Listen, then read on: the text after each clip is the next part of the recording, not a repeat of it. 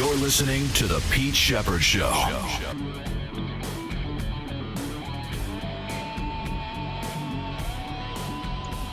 Good morning, everybody. How are you? Welcome to another edition of the Pete Shepard Show here on the Coastal Sports Network. It is a lovely morning here in Southwest Florida. Hopefully, it's great wherever you are around the world and around this great country of ours and around the world. Angel's going to update you on that, too. We've got some new listeners in Canada that we want to tell you about as well as we keep growing here on the Coastal Sports Network. How's everybody doing this morning? It's a hump day, Wednesday, week one. My minions begins tomorrow night in college football. We've already had week 0. Week one officially begins tomorrow night in college football. And there's already a buzz by me and a lot of others. Can't wait for tomorrow night. A couple of big games that I think are pretty big tomorrow night.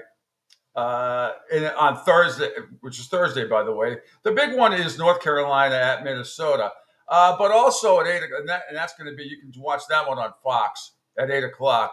The other big one, which is going to have me tuned in, is to see North Dakota State, one of the best teams in FCS, go up and play Dion at Colorado. That is going to be must watch for me anyway, because that's going to be great. That'll be a huge test for the Buffaloes right out of the gate. And North Dakota State is powerful team they are.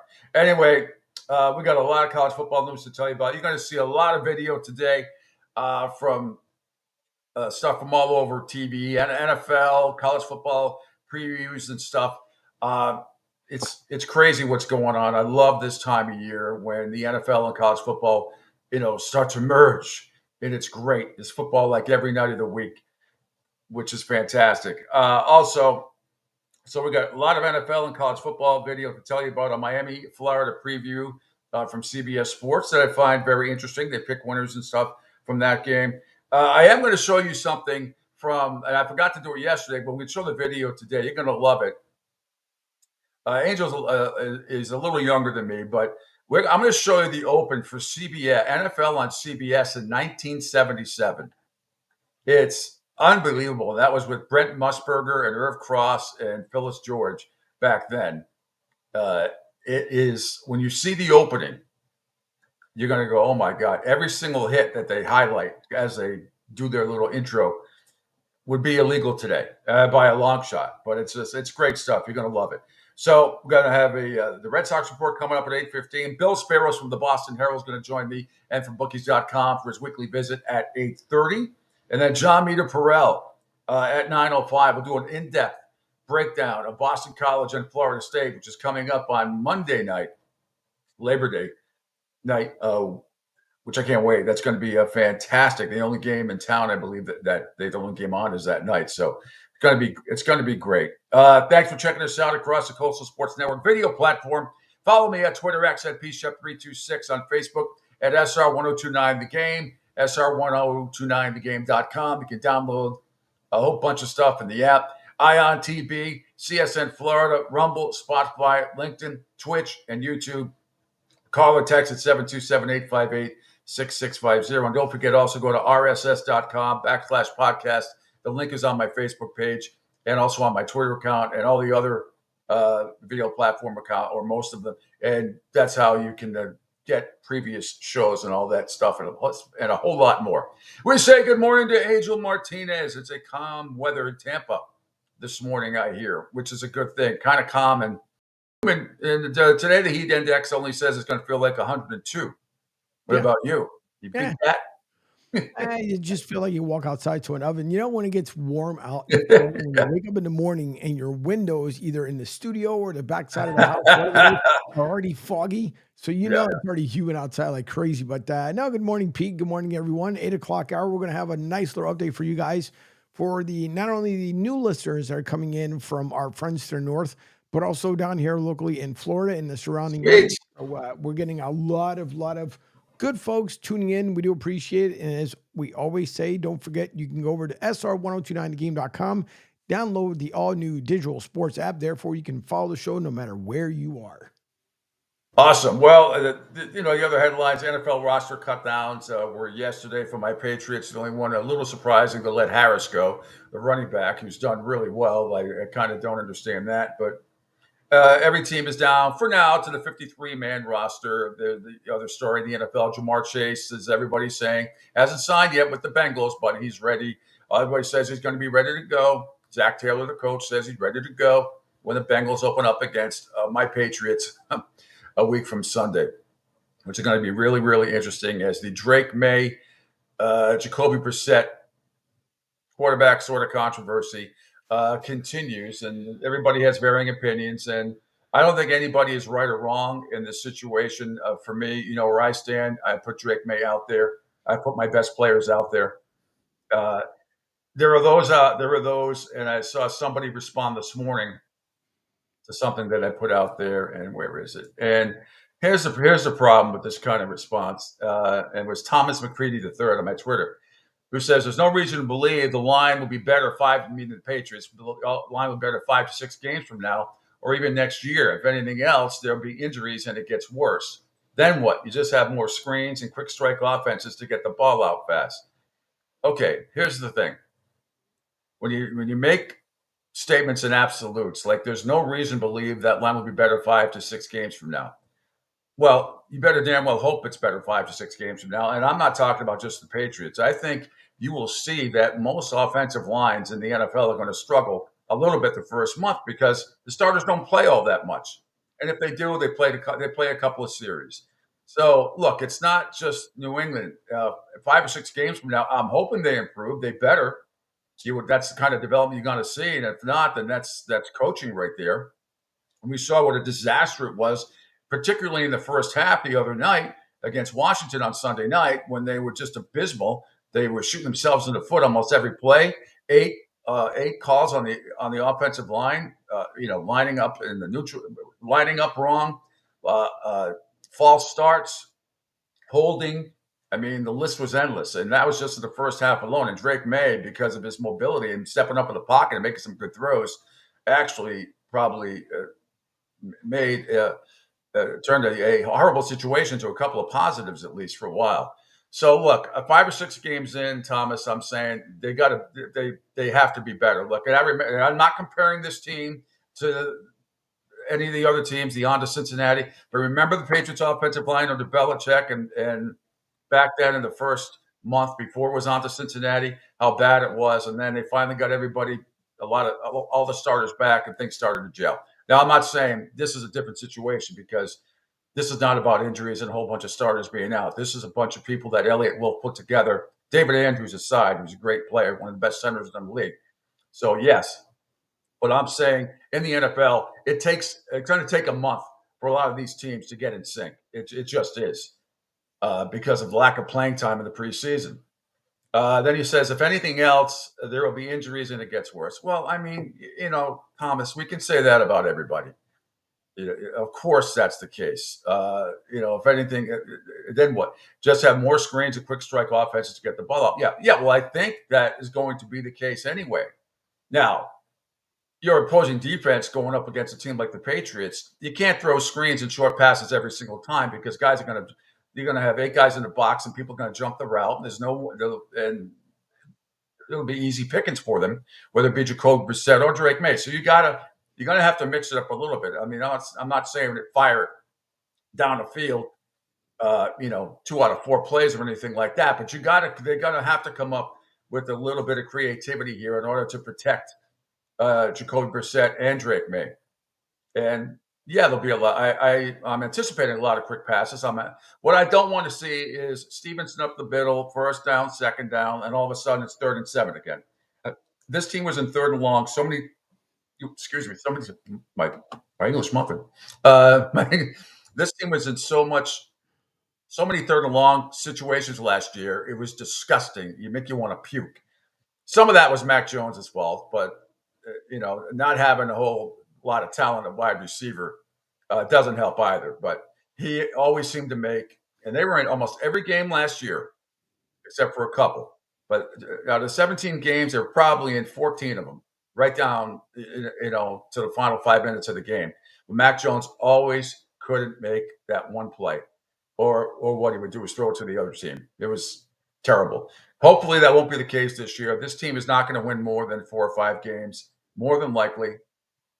You just want to see the progression. And it's like that with a lot of other teams. I'm sure Washington feels the same way with Jaden Daniels and they're both. So, look, everybody's going to have their problems. I just want to see a progression. I want to see what Gerard Mayo is as a coach. I'm not going a lot by what I've seen in preseason, except for what happened. And Bill Burton and I talked about it yesterday, except coaching does come into play. The first half of that game the other night with that offensive line just looked out of sync and out of touch, really. I mean, 8 penalties in the first half was terrible. So, yes, a little red alert goes off right here in the back of my head about that stuff. But let's see what happens. Let's see what happens in Cincinnati coming up on a week from Sunday. Meanwhile, I'm getting ready to go to Gainesville on Friday, leaving right after the show. It's like Catherine Tappan will be our last guest on Friday at 9:30. After we are through breaking down Michigan and Fresno State with her, and a lot of other good stuff going on with her at NBC. Off I go to the.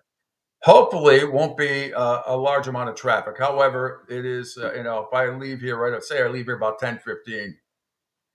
It's going to be about a 3-hour and 40-minute drive for me to Gainesville. So, and it's Labor Day weekend. So, and they are saying, at least at RSW over here in Fort Myers, and I'm sure they're saying it up your way, Angel, it's supposed to be the biggest travel day in the airport for Labor Day weekend in quite some time. They were saying like in a couple of decades. So I know if you're going to be on the road, just be careful. And if you're flying, I would suggest get to your airport 3 hours before, not 2, 3.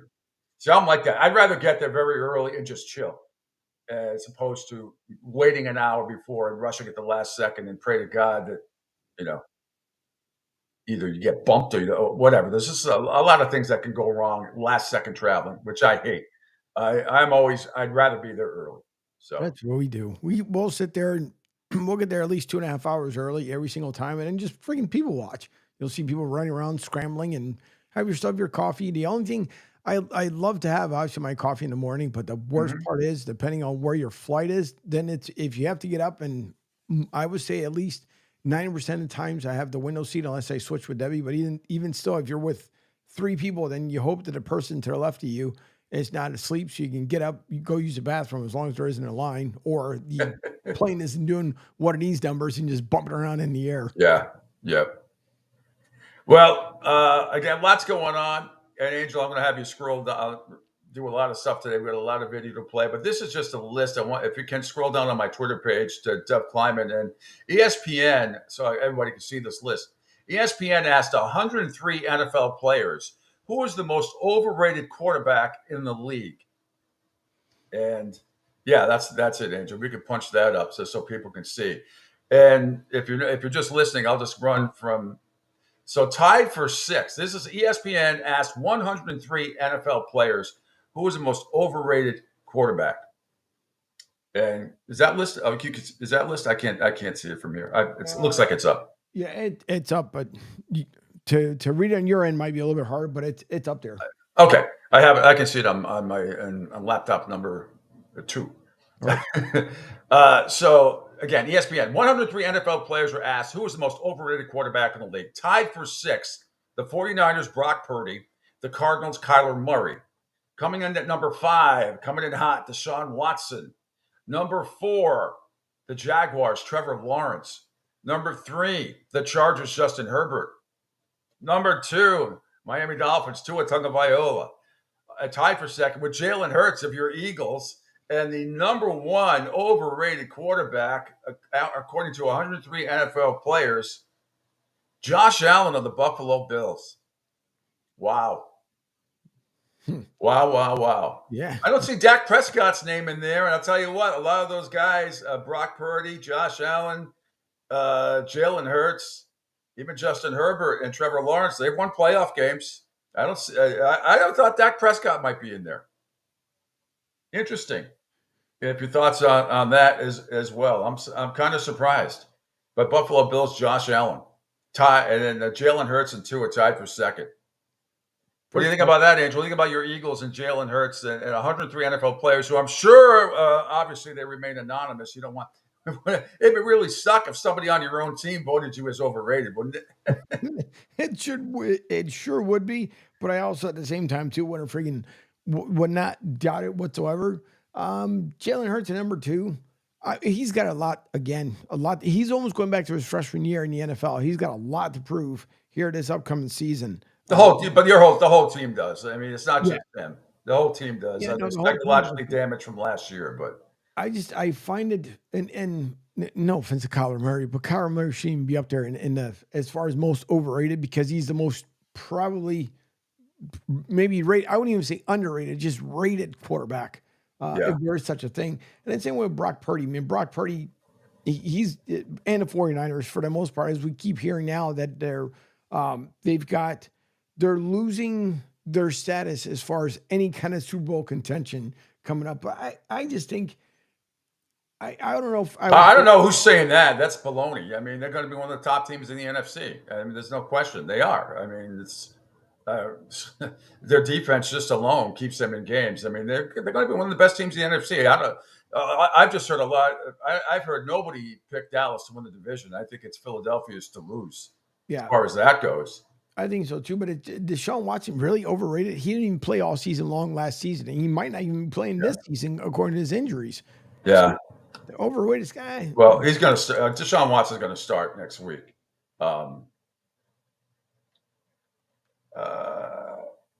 I was just reading something on Connor Stallion. So I started watching the documentary this morning because I totally forgot yesterday. And there you go. And I'll tell you, in the first 10 minutes, I'm fascinated. I am absolutely fascinated. It's Sign Stealer. It's called Sign Stealer. It's fantastic. On Netflix. Huh? On Netflix? It's on Netflix. Yeah. Yeah. Yep. Just came out yesterday. Yeah, I started watching it this morning before the show a little bit, and I'm already in. It is it's fantastic. It's so well done. I put it on my list of stuff to look at, but I didn't get a chance. Yeah, he's going to start. He initially starts to talk about how he never scouted in person during the alleged Michigan Spygate scandal. It's again. I'm only 10 minutes in. He hasn't admitted that part to me yet. I know that it's out there. In fact, Angel, if we could, but I know he's going to say he never did anything. But the pictures are right there. Everybody's seen him in the glasses and the standing on the sideline. If we could, 2 down off my Facebook, on my Twitter account, I should say, on Pat McAfee's show, he talks about it yesterday. The Connor Stalions documentary on Pat McAfee's show. That is it. But I'm telling you, I'm 10 minutes in and I'm hooked. This I gotta hear. Yep.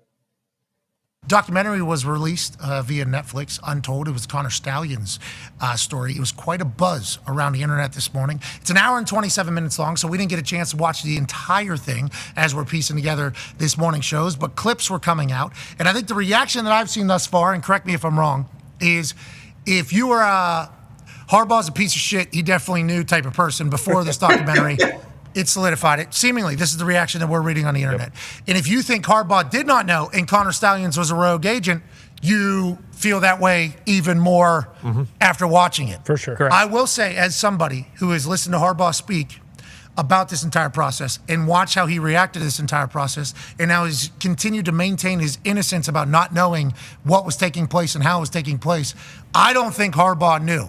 I have not watched the hour and 27. I will do that this evening. So I might come in tomorrow with a different story.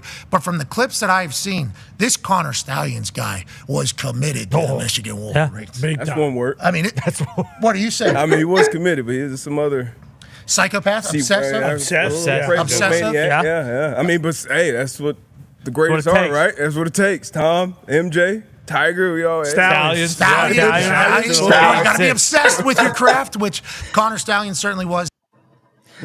I mean, it is interesting. Look, I respect anybody's opinion or everybody's opinion on this because is it possible he was a rogue agent? I mean, is this 007, 008?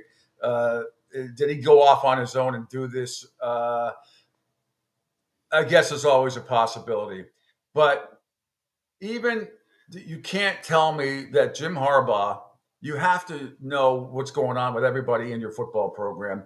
And I made this comparison before, and it's not a great one, but you know what I'm saying? It's not as severe, anything close to what happened with Joe Paterno with Penn State. But when Joe said, or any other coach that says, it doesn't matter, that says they don't know what's going on with their staff. Rick Pitino has said this before.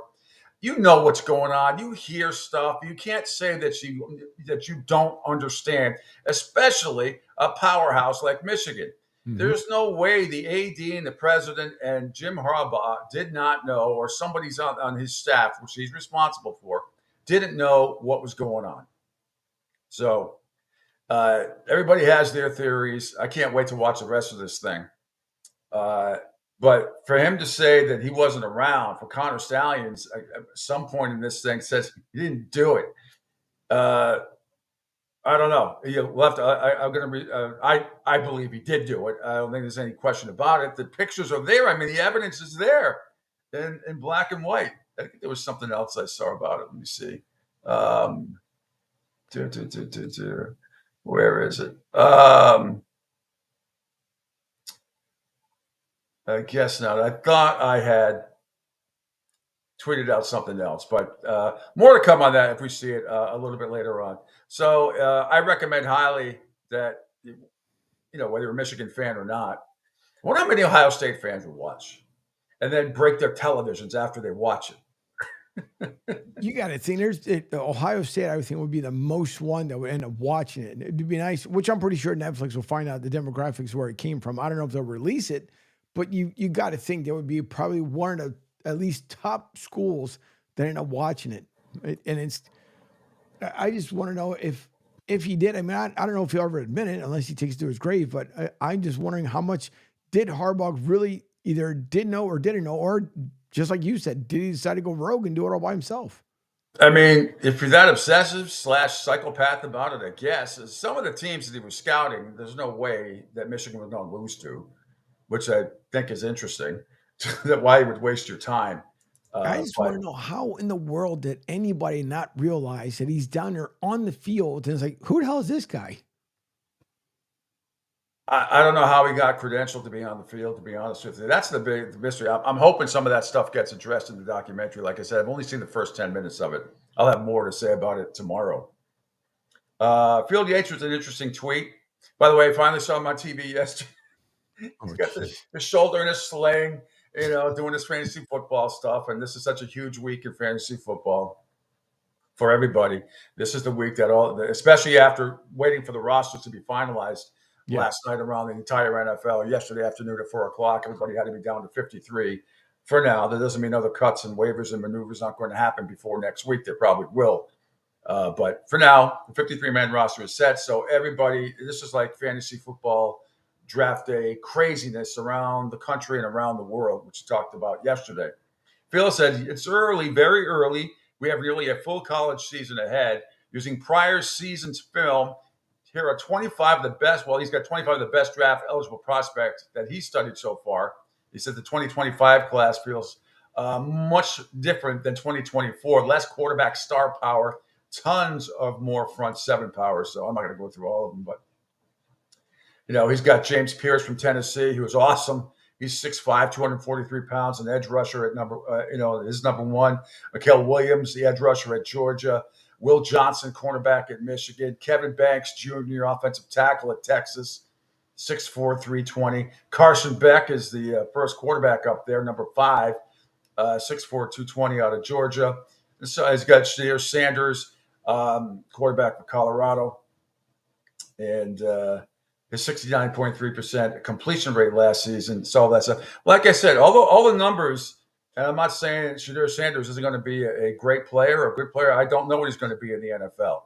But getting back to what Deion did or did not do last year, the team finished 1-9 down the stretch. They started off 3-0 and ended up 1-9 down the stretch. So I don't know what to make of that. It was a lot of those numbers. And I saw down the stretch, and we all watched their first few games because it was the Deion and Shedeur Sanders show and all that stuff. So I don't know, 69.3% of your passes when you're trailing in so many games, and a few of them by a lot. A lot of that stuff is garbage time crap. So I'd like to see the numbers when trailing by 6 points, or like trailing late in games when you're only down by a touchdown, not when you're down by 20 or whatever it was. Like I said, they went 1-9 down the stretch. They had a few close games, but not a lot. A lot of them they were blasted. Travis Hunter, the wide receiver and quarterback for Colorado, who I like a lot, 6'1", 185 pounds. He's got him 9th. William Campbell, the offensive tackle at LSU, 10th, and so on and so forth. Let me see. Quinn Ewers, he has 19, the quarterback from Texas. And then Takaro Davis, the cornerback from Arizona, he has 25th. It's top 25. So interesting list. We got a lot of video we're going to play today. Even got some NBA stuff. Anthony Edwards, who's a tremendous talent, opened his mouth a few days ago talking about how 80s basketball had no real talent. And the PTI guys, Tony Kornheiser and Michael Wilbon really went off on him on PTI. I think it was yesterday or the day before. We'll play that. Some funny interview with Shaquille O'Neal talking about his days with Dennis Rodman. Interesting little tidbit there. And also, Angel, if we could, well, real quick, Texas freshman tennis player Maya Joint just won $140,000 on the first day of the U.S. Open. But because she's declared for college, she's only able to accept at most $10,000 of whatever she earns in prize money, an NCAA ruling that's currently being challenged in court. So think about that. This is why nil money exists. This is what I'm talking about. Now, if she went on to perform, if she was a student at Texas and didn't play tennis and went on American Idol and then got signed by somebody for $140,000 record contract or whatever, it would all be fine. But because she's an athlete, she gets screwed again by the NCAA for these stupid, idiotic rules. If she was a science major and invented, some way so your car would never run out of gas, and got a contract, that would be okay. But she's an athlete. She wins $140,000 on the first day of the U.S. Open, but can only accept $10,000. Maybe she can defer it to her parent. I don't know. Is there a way to give it to your parent? I don't know about that. Hey, that's unbelievable to me. Well, actually, it's not unbelievable. This is why real people should get paid. Now, Angel, scroll down if you could before you go to break. Buddy Martin has this, and this video. This is, before you play it, it's the first one down under me after the show on Twitter. Should be the first one there. Buddy Martin. This is 4-star wide receiver and new Florida Gator commit. Nashawn, I don't know his last name, pulled up to his commitment in style. The number 58 overall player in the Rivals 250 is, check this out, him pulling up. Oh, boy. How you pull up?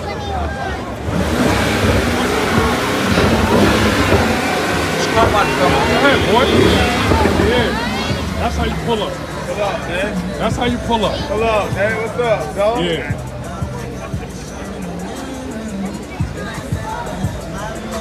That's how you pull up.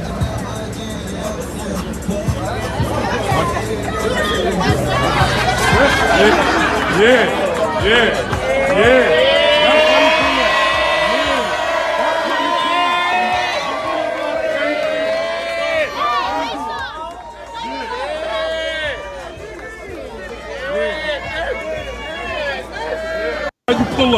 I don't know where. So that's Nashawn Montgomery. So I don't know where he pulled up to. I think it's obviously someplace in Gainesville, probably someplace that'll be it. He hasn't even stepped on the field yet to play. Somebody said he'll be on 3 different teams in 3 different years. And the guy on Twitter says, I understand that there's now nil money on the table, but why do these young men place such unnecessary pressure on themselves? He hasn't even stepped from a college football field yet. One guy says, I don't care what they do as long as they catch the damn ball and score touchdowns. Chris says simply, Jesus Christ. One Weedy says, Weedy 84. What a great time to be a recruit. Jim says, ugh. Mario says, bust. So I don't know how anybody can make that claim, but I don't know why you want to draw so much attention to yourself like this. Yep. I mean, come on. You do put a You're big just asking for trouble. You're going to ask for the wrong people that want to hand out, that want to be around you all the time. This guy hasn't made one play yet in college. And he pulls up in this car, and I'm all for the athletes getting paid and everything else. This is a bad look when you show up at wherever he is, and it's probably downtown Gainesville, although I'm sure it is. Then you come out of the car like you're all that, and you haven't done anything. You haven't done a damn thing yet. So the kids are lined up, signing autographs and everything. I mean, you show up in a car like that. I mean, it just sends the message is wrong. Not that he shouldn't get the car or get money, but doing this when you haven't even played yet. I got a big problem with that. It's just do something first. Otherwise, you're just being another guy with a fancy car that was a mediocre football player. I don't know what this guy can do. The number 58 overall player shows up in a very fancy car, which I can't tell what that is. But anyway, we digress. That new Mercedes, whatever they call it, the E-Class, something or another. But yeah, that's what it is with that. I forgot what the name of the paint they call it now, where it's not shiny anymore. It's just kind of like that dull paint, but I know there's a dumb fancy name for it. Buddy Martin, who put the story out there, says, okay, Gator fans, be honest. Can you live with this? Ugh. Good luck. Yeah. Good luck. You put a self-contained target on yourself like that. It usually does not end well. All right, quick break, Angel. When we come back, more video stuff. Lots to tell you about. We're going to stick with college football and play with video from CBS Sports about a little preview of Miami and Florida. Speaking of the Gators, coming up this weekend on Saturday at 3:30 in Gainesville. And lots of NFL video to play for you as well. All part of the Pete Shepard Show here on a Hump Day Wednesday on the Coastal Sports Network. Sports Professor Rick Horrow into the $1.3 trillion business of sports. Right behind me, venerable Fenway Park. One of the reasons why the Red Sox are third in value, according to Sportico and others, Major League Baseball. About $4.5 billion, but nobody's going to sell them now, or certainly in the foreseeable future. Up about 15% year over year. The average franchise, about $2.3 billion, up about 12%. So they're right up there at the top and continue to rise. One of the reasons, obviously, television revenue on the local side, about 23% of all revenue. And the Red Sox have been mired in, let's say, a slump, haven't made the playoffs 4 of the last 5 years. People are packing in. The wild card event has caused a renaissance. Nobody expected the Red Sox to be this hot, this late, and continuing to drive revenue. Let me go in and check it out. Sports Professor Rick Horrow, Sports News Minute. Hi, folks. This is Gerard Moynihan of Moynihan Lumber, and I would like you to know that our company has been selling Anderson windows for over 60 years. See the complete line of Anderson windows at any of our 3 locations in North Reading, Beverly, or in Plastown, New Hampshire, or at MoynihanLumber.com. What's up, Southwest Florida? Jim and the Beef Guy here. Fort Myers, we answered your call. We're pumped to announce the opening of our second location. It's on 41 just north of the Edison Mall. And guys, nothing's changed here. The beef, the sausage, the breaded steak, or Maxwell Polish. Now serving you in 2 locations, Fort Myers and Bonita Springs. And don't forget, if you're having a party, check out our catering menu. Hey guys, when you're at the counter, don't call it gardenia. It's pronounced Chardonnay. Adopt US Kids presents What to Expect When You're Expecting. A teenager. Learning the lingo. Today I'm going to help parents translate teen slang. Now, when a teen says something is on fleek, it's exactly like saying, that's rad. It simply means that something is awesome or cool. Another one is totes. It's exactly like saying, totally, just shorter. As in, I totes love going to the mall with Becca. Another word you might hear is jelly. Jelly is a shorter, better way to say jealous. As in, Chloe, I am like so jelly of your unicorn phone case. You don't have to speak teen to be a perfect parent. Thousands of teens in foster care will think you're, rad just the same. To learn more, visit adoptuskids.org. A public service announcement brought to you by the U.S. Department of Health and Human Services, Adopt U.S. Kids, and the Ad Council.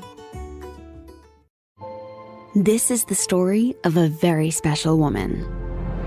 In a matter of seconds, she turned herself into a great mathematician or an entrepreneur. Her knowledge was limitless and still is. She could also make monsters disappear, especially those that lurked in the shadows under the bed. Once, this woman put back together a teenage girl's broken heart, which had been shattered in 1,000 pieces, just by giving her a bear hug. She masqueraded as a regular person at work, but as a superhero at home.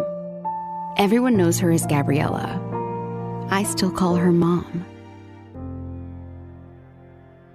Your hero needs you now, and AARP is here to help. Find the care guides you need to help, complete with tips and resources at aarp.org/caregiving. A public service announcement brought to you by AARP and the Ad Council. Hey, Dad, your prescription will be ready in just a minute. Hey, Dad, your laundry will be ready in just a minute.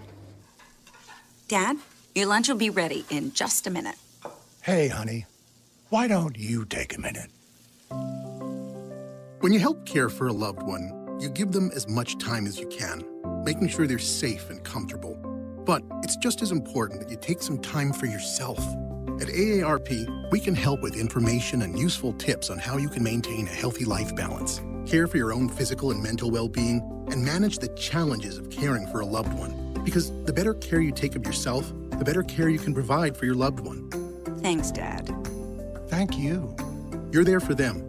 We're here for you. Find free care guides to support you and your loved one at aarp.org/caregiving.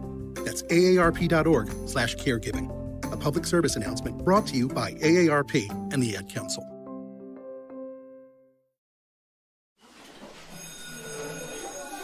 All right, class. Let's hear what everyone did this weekend. Jill? Well, I raised my older sister to a big oak tree. It was at least 100 years old. My mom said I must have set a record or something. And then we went down by a stream and perched up on this huge rock and saw all of these little minnows swimming around way below us. And then I rescued my little brother from an evil slug king who was guarding him at the bush fortress. And my sister and I brought him back to our super twig fort for safety. And then we all laid out and told stories until it got dark. And the Big Dipper led us all the way home. Wow. Awesome. Where were you, Jill? Yeah. We went to the forest. It's not that far away. Anyone want to come this weekend? Ask your parents to take you and your friends to the forest this week and find the fun, adventurous you. It's closer than you think. Check out discovertheforest.org. Brought to you by the U.S. Forest Service and the Ad Council.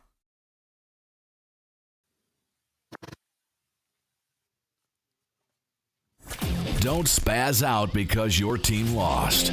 Let Pete do it for you. Now, back to the Pete Shepherd Show. Commercials is up there running, Angel. Yeah, it's done some weird nonsense. Yeah. Hang on. Don't spaz out because your team lost. Let Pete do it for you. Now, back to the Pete Shepherd Show. Welcome back here to Hump Day Wednesday on the Pete Shepherd Show here at 8:28. That's the date, not the time. The time locally, Eastern Standard Time, 7:38. I know Angel's got a nice little update coming up at the top of the hour, but I know that we have some people in Saskatoon, Canada. Hello, good morning. Realistic. Saskatoon. Never been there. Been to Canada. Never been to Saskatoon. Me either. Montreal, Quebec. Yep. Middle part of the country. Toronto, yes. Yes. Meanwhile, lots going on. College football week 1 begins tomorrow. A couple of big games that are on slate is Minnesota hosting North Carolina, and that's at 7:00. And North Dakota State going to Colorado, taking on Deion Sanders' Buffalo, Colorado Buffaloes. And we shall see. And man, oh man, I hope that North Dakota State, I'm sure they're going to give them a game because that is a really good FCS team. Really good team. And I don't think Colorado is going to run all over them or anything like that or win by 40. I think that's going to be one hell of a game. And Deion will have a whole lot to answer for if they don't win that game. He will. All right, Angel, the other big games are coming up on Saturday. Huge triple header on ABC. Obviously, the three big ones, Clemson at Georgia at noon, Miami at Florida at 3:30, and Texas A&M hosting Notre Dame at night as well. If we could scroll down, Angel, and it's scroll down a bit to CBS Sports College Football, talking about Randy Cross is there and others on the panel talking about the Miami Florida game, and they have their picks. This is pretty cool, and love one of the big games today. Such a huge game. It's such a huge game for both coaches, Mario Cristobal and Billy Napier, or as I heard on the local news down here this morning, Napier. That's what happens when you have news people do sports. No, it's Napier. Not that I ever mispronounced names in the past. We all do it in this business, but I would think in the state of Florida, everybody would know who Billy Napier is, not Napier. But anyway, here's a CBS sports crew breaking down this game coming up on Saturday at 3:30, not on CBS, but on ABC. Mario heard it a couple times last year, too. Right? There were some games that should have been won that weren't, especially the Georgia Tech game. And Miami is listed as a favorite when you look around. However, Sportsline does its own math and says it's the Gators winning by 6. Yeah, I'm with Sportsline. I think the Gators are going to win this game. Graham Mertz, I believe, is going to be the difference in this game. And the Gator defense will show up. They're not going to impress the heck out of you, but I think Miami's going to be in a little bit of trouble. Oh, wow. And Billy Napier, he's happy to hear that because back-to-back losing seasons, now he's taking on the nation's toughest schedule. Man must have been born under a bad sign, hard luck and trouble. No, I think they'll come to play, but I'm going with Miami in this ball game. And Cam Ward, this guy won this team over in the spring, coming from Washington State, and that's only crystallized here during fall camp. So he's going to be the main guy. Can this defense corral him? Watch Ruben Bain on that D-line for the Canes, man. 7.5 sacks last year as a freshman. I'm going to take Florida in this game. I think Graham Mertz has a couple of weapons. He's got an old teammate from Wisconsin at receiver. I think Eli Badger comes from Arizona State. Remember, Ricky Pearsall had come to Florida and became a first-rounder. I think there's enough going on in Gainesville and a desperate crowd to change the fortunes. I think the home field will be a factor. Heat won't be a factor. They're both from that Florida heat. But at the end of the day, I'm going to go with Florida. This is a really interesting game because it feels like a must-win out of the gate for both of these programs for different reasons, but a lot of the same reasons, too. I'm shocked Florida hasn't done better. They don't play well in opening games, losing 12 of their last 15 against AP-ranked opponents.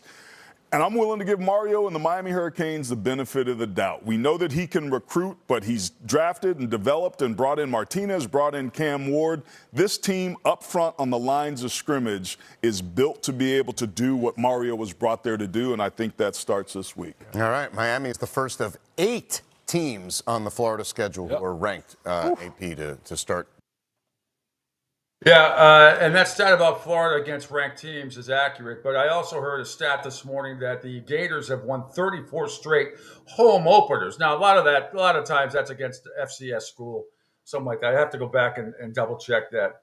That sounds like a little much to me, but I thought I heard that this morning on ESPN. They won 34 yesterday on College Football Live. That they won 34 straight home openers. But I think a lot of those in the past have been against FCS schools.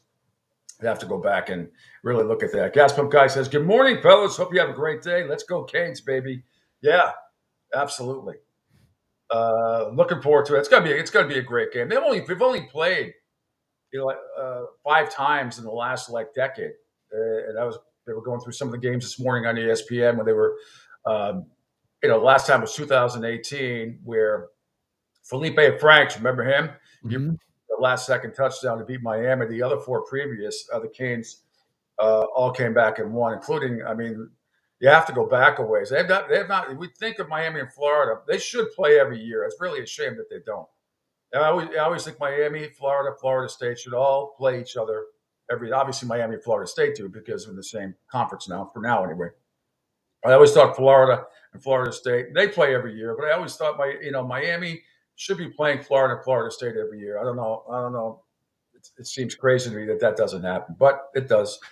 And yeah, there was the fifth straight win. You had to go back to Bernie Kosar and Jimmy Johnson, where they were trailing by a couple touchdowns in the second half. It came back and won. Really similar to what Miami has done to Florida State for most of the time over the last 20 years. Last couple of years been a little tough. I get that. But you go back even 4 or 5 years ago, Canes had played pretty well, even last year against Florida State. But I think this is a different Miami Hurricane team. I think they are going to not blow out anybody in Florida. I'm not saying that at all. But I think they find a way, and I will say, to win 30-23. That is my final prediction, 30-23. They will get it done. It's going to be a hostile environment. Can't wait to get there. By the way, we're all meeting at Capone's on Friday, and I saw a video of that place last night. Oh, my God. I hope I'm pretty sure that we have a private area. Place is a huge sports bar nightclub. Huge. It's a huge Gator nightclub. And, again, I've never been to Gainesville, so except drove through it once, but I'm a part of it anyway. But looking forward to we're all meeting at Capone's for a Miami Hurricane pep rally type thing. I hear there's going to be a former Hurricane or two that are going to pop in and say hello. So looking forward to that. So if you're going up to the game, you're a Hurricane fan, stop at the Capone's on Friday night.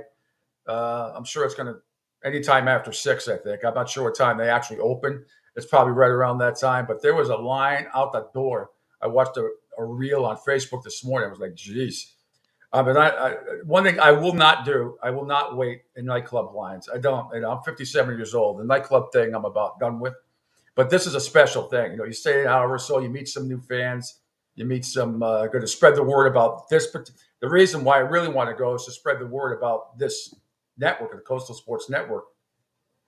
And maybe you never know. You meet a lot of people. It's like, these events, you meet a lot of people that have a lot of money that want to spend on advertising. It's like making deals on the golf course. It happens all the time. If you suck at golf and you're a big business person, play golf. It doesn't matter if you stink. You meet a lot of people on the golf course. I met some of my best friends on the golf course and have had some of the best deals and sponsorships and stuff like that. It's great. It can happen. So anyway, looking forward to that. Don't they have your credential ready at Capone's? So you walk in, Mr. Papa Giorgio, your money's no good here. Come on.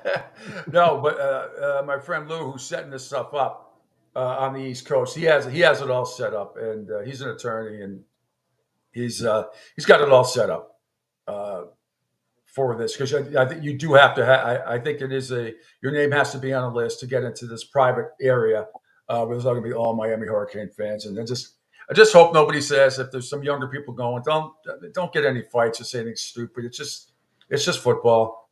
If somebody says something nasty to your Canes fan, you're a criminal, and you're going to hear all that shit. That's going to happen because it's never changed. Although it's hypocritical for any Florida Gators fan to talk about Miami that way, considering what Urban Meyer, went through when he was there and what he left. So it's just don't respond. Walk away. Just walk away, and hopefully there'll be no fights, because that's the worst part. You can have friendly rivalries and friendly trash talking banter without throwing fists. I mean, it's just stupid.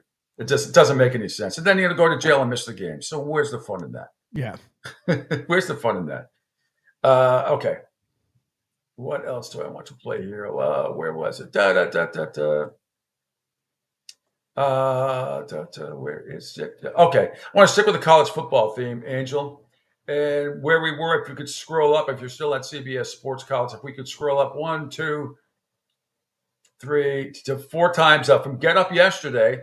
This is really interesting. Desmond Howard talking about if Notre Dame wins on Saturday against Texas A&M. An interesting take here that I do not necessarily agree with at all.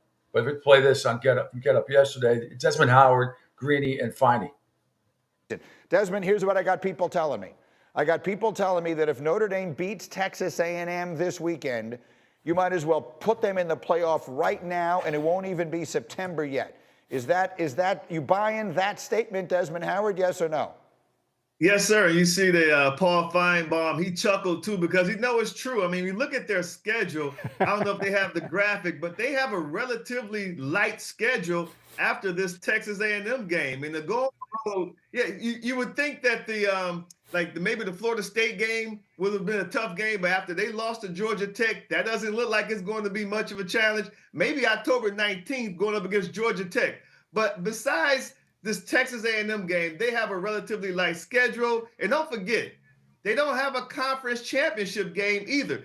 This is their season. All they need to do is win these games starting Saturday, and they're in the driver's seat. Now, Texas A&M, they're 20th in the nation right now. We don't know how good they're going to be this season. This may be a signature win, or it may be just another win, depending on how the Aggie season goes after Saturday. But yeah, you look at Notre Dame's schedule, they win Saturday, and you can just go ahead and write them in ink in the college football playoff. Not bad. Okay, I have to agree with that. Actually, I take it back. I was looking at somebody else's schedule before. Yeah, I take it back because college football playoff, and you have to remember we're talking 12 now, not 4. We're talking 12, not 4. And yes, at Texas A&M, which is going to be a challenge, and I'm not sure what Texas A&M is going to be all about. They have to really recover from what Jimbo Fisher left over there, which was a mess, but still a very, very difficult place to play in. And it's a little stinky there too. My former partner Craig Shima used to talk about it all the time. He's been there, broadcast games from there before. Been there in the press box. It's a little stinky. It's a little smelly over at Texas A&M. But you look at the schedule for Notre Dame: at Texas A&M, home against Northern Illinois, at Purdue. Sort of in-state rivalry that you can't take anybody lightly, but still, home against Miami of Ohio out of the MAC, the mighty MAC. Home against Louisville, home against Stanford, home against Georgia Tech. Yeah, way to go, schedule makers! Give Notre Dame 4 straight home games from September 21st through October. Oh my God, it's 5 straight home games. Hang on, 1, 2, 3, 4. 6? No. Is that possible? It is. 1, 2, 3, 4, 5, 6, 7, 8 straight home games? And then they play at USC to end the game? Is that right? At A&M, home against Illinois, at Purdue. Are you kidding me? Yeah. They only go on the road at A&M, at Purdue, and at USC. All the rest of their games are at home. Miami of Ohio, Louisville, Stanford, Georgia Tech, Navy, Florida State, Virginia, and Army. All at home. Wow. Huh. Yeah, they're going to the playoff. Yeah. Barring, 10 starters get hurt. They'll be going to the playoff. That's unbelievable to me. I did not realize that. Wow. So yes, Desmond Howard, that's a correct assessment of Notre Dame. There's no question about it. Winning at Texas A&M, and even losing at Texas A&M, if they ran the table, I'm sure they'd probably still be in as a top 12. Right.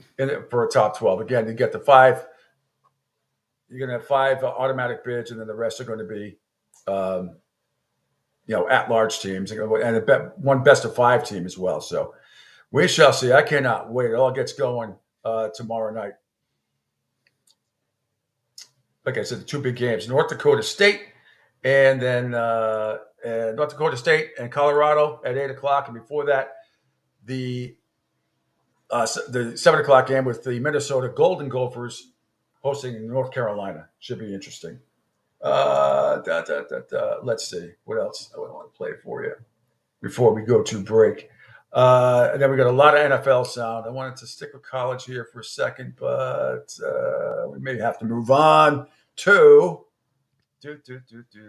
All right, let's go. Let's do a little bit of NFL stuff. If we could go to Pat McAfee, just up there about he talks about Jacoby Brissett and Drake May. If you see it, it's under Michael Lombardi is there as well, talking about it.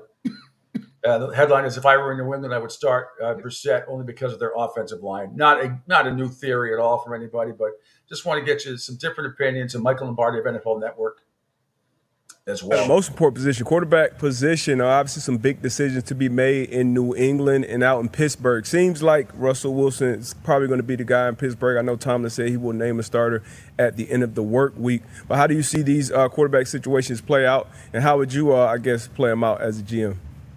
Well, if I were in New England, I would play Brissett, only because I think their offensive line is in such a state of disarray that I don't want to hurt the young rookie's progress. I think he's looked very good. I think he shows he has a future, but preseason's way different than the regular season.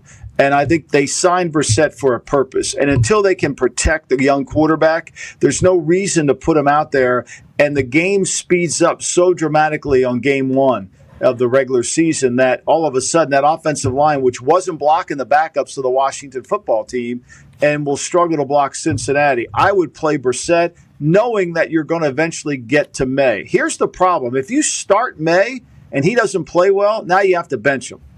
And now that hurts the kid's confidence and it affects the team. Let people want to see May play eventually while you get your line.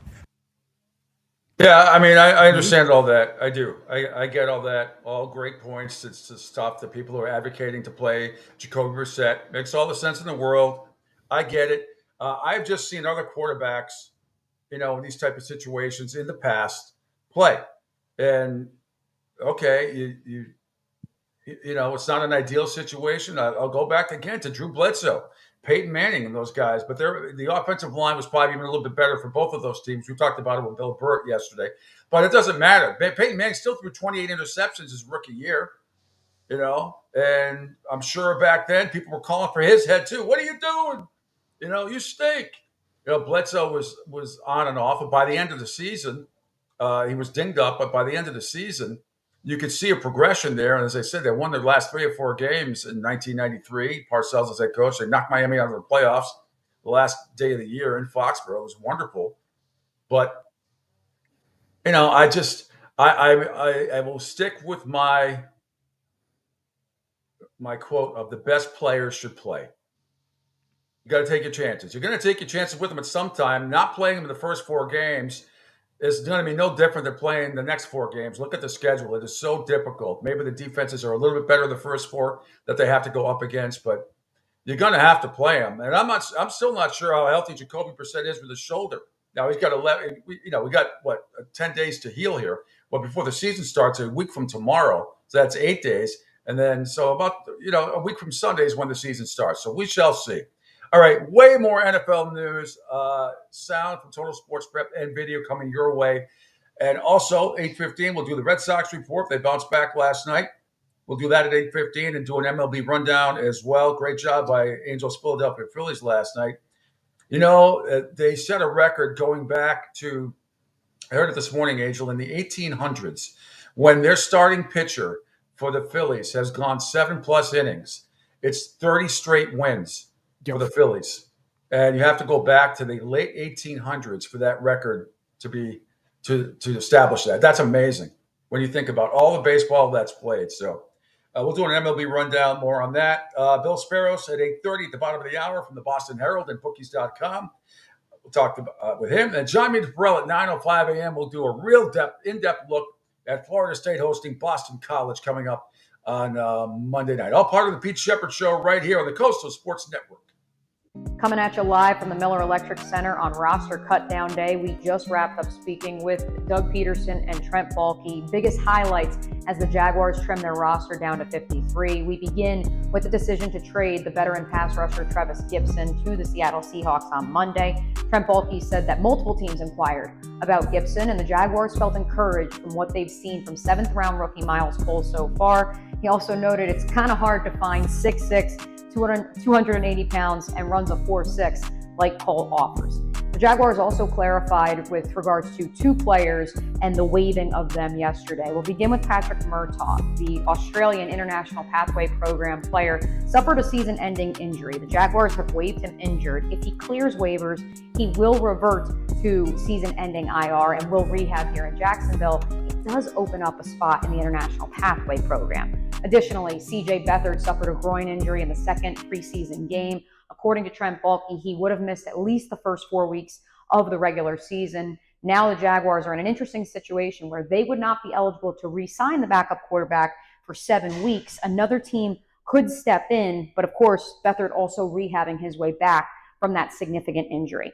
And finally, the team did part ways with longtime Jaguar Tyler Shatley. Both Doug Peterson and Trent Baalke very complimentary of the veteran offensive lineman, and Trent noted, he told Tyler as he shook his hand, "Never say never. This might not be the end of Tyler Shatley here in Jacksonville." That's it from the Miller Electric Center. The Jags are back on the practice field tomorrow and Thursday before they get the weekend off ahead of Week 1.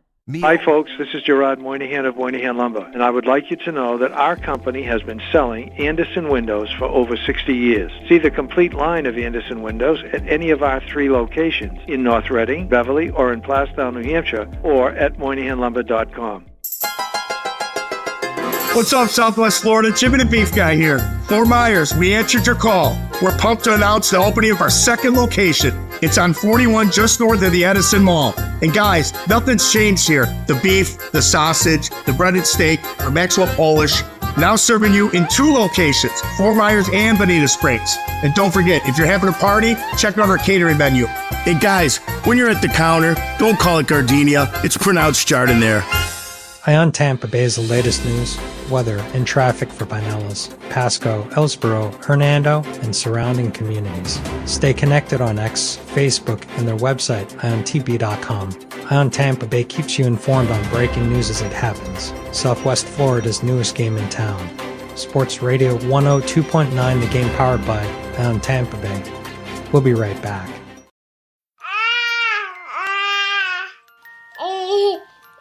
To some people, the sound of a baby babbling doesn't mean much. But that's not necessarily true. By 6 months, they're combining vowels and consonants. By 9 months, they're trying out different kinds of sounds. And by 12 months, their babbling is beginning to take on some meaning. Especially if there's no babbling at all. Little to no babbling by 12 months or later is just one of the possible signs of autism in children.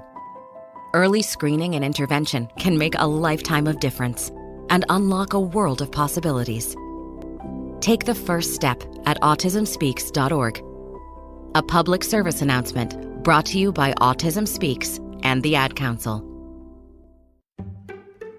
The following is made possible by Dad. Why was the basketball court all wet?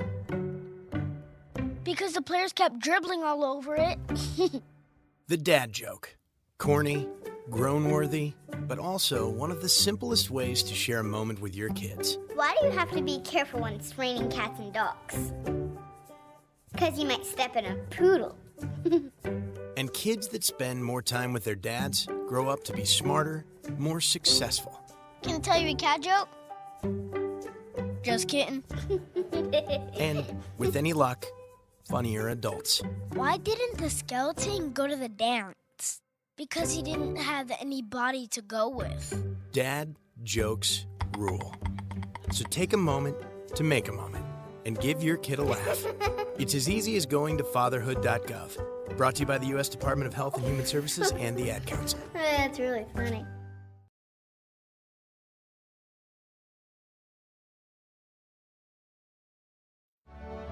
Okay, men, this is your time. Maybe you didn't choose this, but you're here now. You're gonna go out there and be an all-star caregiver. It's up to you. So what are you gonna do? You're gonna go grocery shopping, cook, clean, be there emotionally and physically. You gotta dig deeper.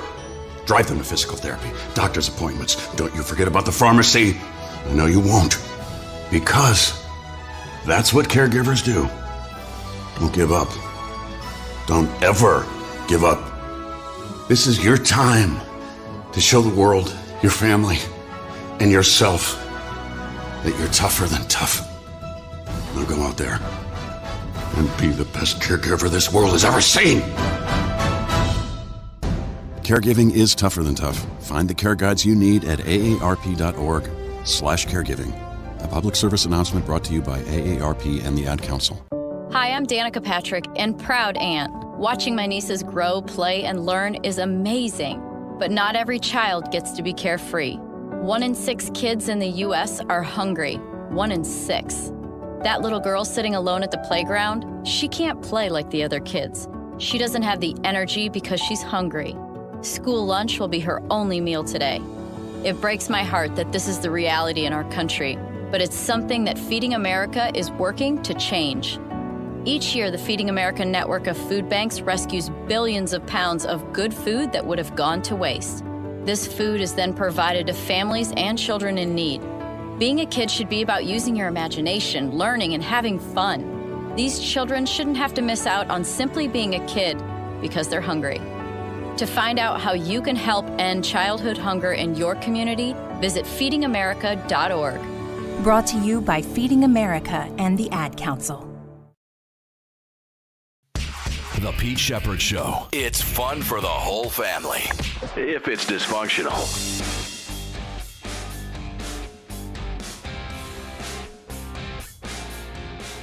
Welcome back. It's hour number 2 here on the Pete Shepard Show and the Coastal Sports Network. Thanks, everybody, for checking us out here on this Hump Day, Wednesday, August 28th. Following us on the video platform here on Twitter X at PShep326, Facebook, SR1029 The Game, SR1029thegame.com, LinkedIn, Spotify, Rumble, CSN Florida, Ion TV. We're powered by them. Twitch, YouTube, you call or text at 727-858-6650. And don't forget, the links are all here about going back and get the podcast at rss.com/podcast. Jerry in Rhode Island says, you're going to have to, let me get my glasses. You can read it, Angel. He says, so sick of don't play May talk. If he's the best QB on the team, you have to play him. You can't play football thinking you're going to get hurt. That's when you get hurt. And then he follows up with, it's not you guys up here in New England. It's nauseating. Oh, I know. But it's a big topic. And I saw that you played me O'Brien's little assessment of the Jacksonville Jaguars. That was yesterday after 4 o'clock. She did a great job. Cool. I was going to call for that, but I'm glad you played that. We can play it again a little bit later on. Yep. A couple of things I want to, I'm trying to find a cut. Let me see. Oh, no, tell me I did that. No. What'd you do? I did something I shouldn't have done. I think I undid something I wanted to play from yesterday. Oh, no. Let's see. It was the 77 intro to CBS Sports that I wanted to play, and I think you could probably punch it up on YouTube, but no, it's gone. We'll have to punch it up. But here's what, Angel. First of all, you said you had. We'll get back into the NFL. I got some video. Got another old school video anyway about a time that somebody called Mike Ditka baby on the air. It is hysterical. You talk about this is where I get back to Deion Sanders. Like, buddy, you got. I mean, maybe you think you have an idea. You have no idea how easy you have it coaching in Colorado with everybody kissing your ass, and you're able to make all the rules. So we'll play another example of Ditka. What if the Hurricane were named Ditka? Coming up in just a minute. So yeah, what's going on with the network, Andrew? You can say some huge stuff going on here. Yeah, we're getting a lot of good traction out of our friends to the north, as I love to say here, our friends in Canada. Saskatoon, the newest addition as far as listening in to the station and checking out the content over on SR1029thegame.com, but also Florida is showing a ton of love. And I do appreciate it because the laundry list that I will tell you about the towns here in Florida, and there's a bunch. So hang on there, folks. North of us here in Tampa is Hudson. So Hudson, Cape Coral, St. Petersburg, Fort Myers, Miami, Hollywood, Sarasota, Jupiter, Seffner, Boca Raton, Orlando, Naples, Tallahassee, Lehigh Acres, your neck of the woods down there, Wesley Chapel, Spring Hill, Apopka, Bonita Springs, Winter Garden, Daytona Beach, Valrico, Land O'Lakes, Margate, Pinellas Park, Newport Richey, Riverview, Lakeland, Waimama, and finally, Lutz. Thank you all. Awesome. In Florida, who's really showing a lot of love here to our network, and we really, really do appreciate it. As we are Southwest Florida's newest game in town, Sports Radio 102.9 The Game.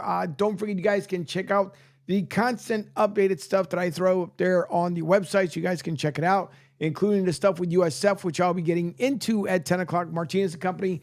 But it's just, there's always something that's going on. And we do appreciate it, especially a lot of folks up north. Up north is really, really blowing up. So, and I'm talking about the tri-state area, Delaware, Jersey, Pennsylvania, along with Connecticut, Rhode Island, Maine. I mean, it's, I can't say enough thank you to you guys for tuning in. We appreciate it. Absolutely. And there's so many great businesses down here. And you know, our great sales manager, Paul Kelly, who had to head up to New England. His brother passed away unexpectedly last week. So we send condolences out to Paul, but he'll be back and at the end of this week or early next week after the holiday.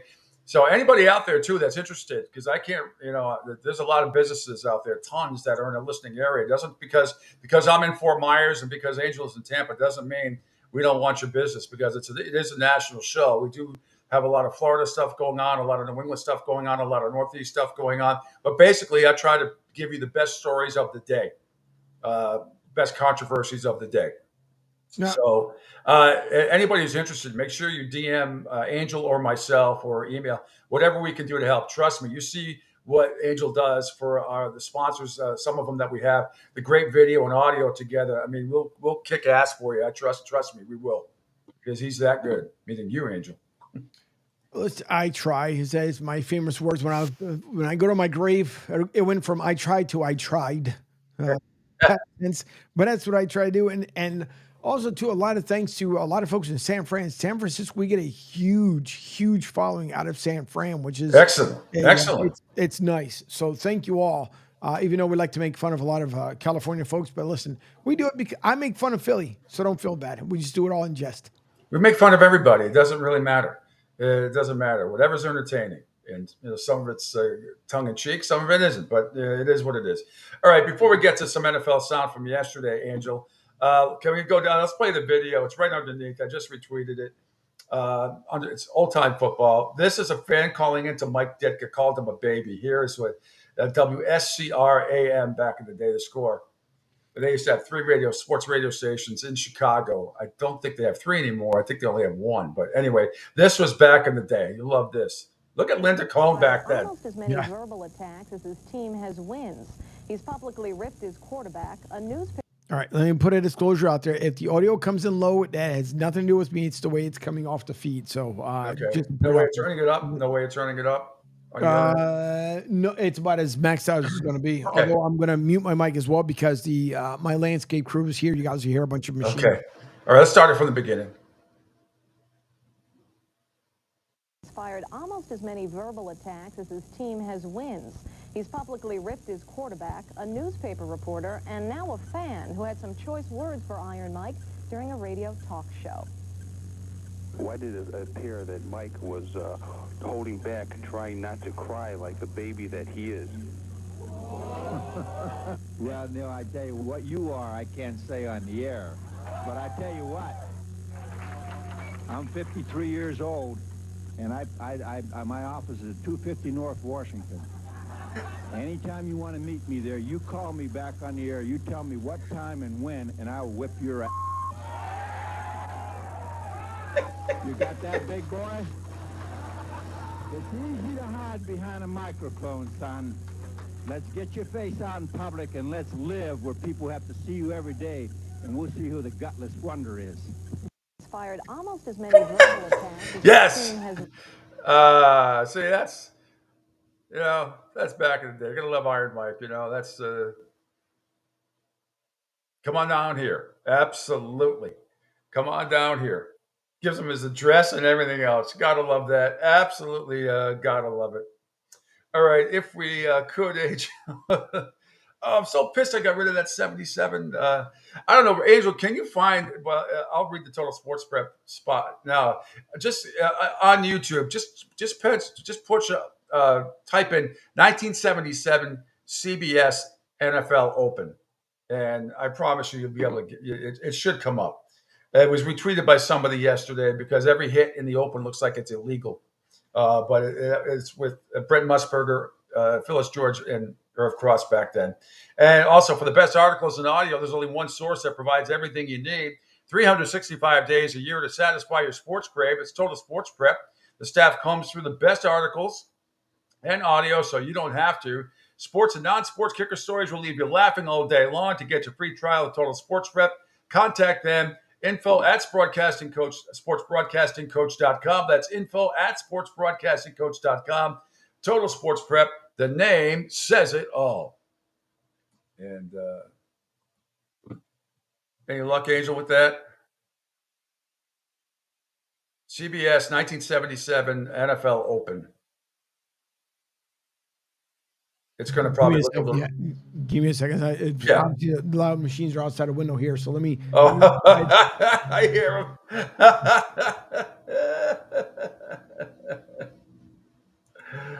Oh my God, that's too funny. And we'll do the Red Sox report too coming up here in just a second. In fact, I could probably do that now.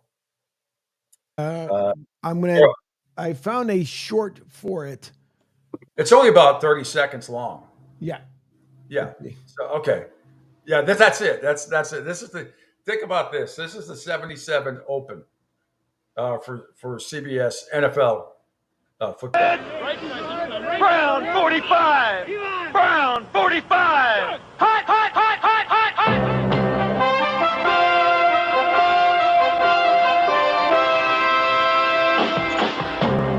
Illegal. Definitely illegal.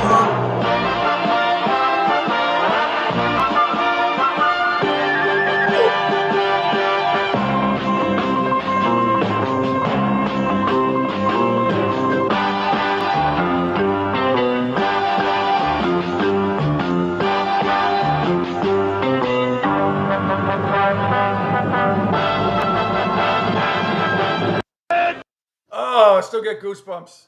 Of course, Phyllis George dead, Irv Cross dead, but they were fantastic. That was a great show back in the day. Brent Musburger's still alive and well, living out in Vegas, living the dream.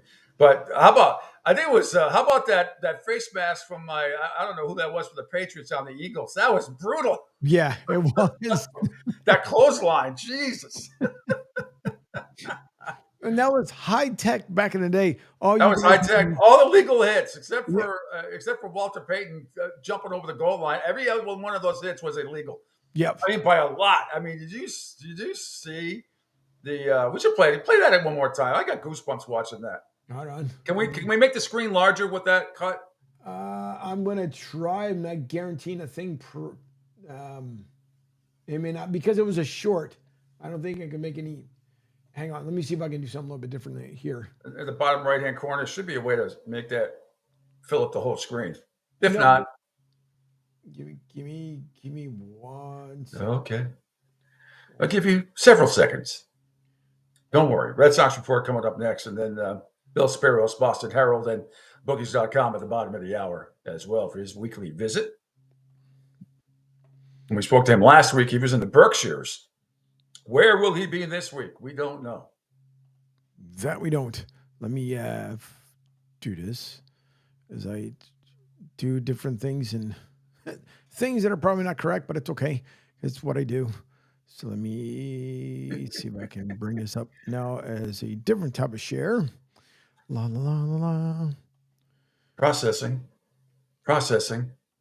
Yep. Let me do a... I just opened the back lanai door out here. You can't even breathe. Well, that's because it's oh, yeah, that's perfect. All right. You did it, Angel. You did it. Hercules. Listen, I try to do things on a fly as best I possibly can so everybody can be Great entertained. job. So let me... Yeah, this is a 77 Open, 1977 Open for NFL on CBS. I love it. What's the clothesline? Brown 45. Hot, hot, hot, hot, hot, hot.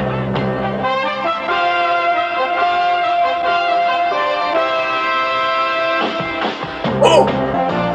Oh, good branch.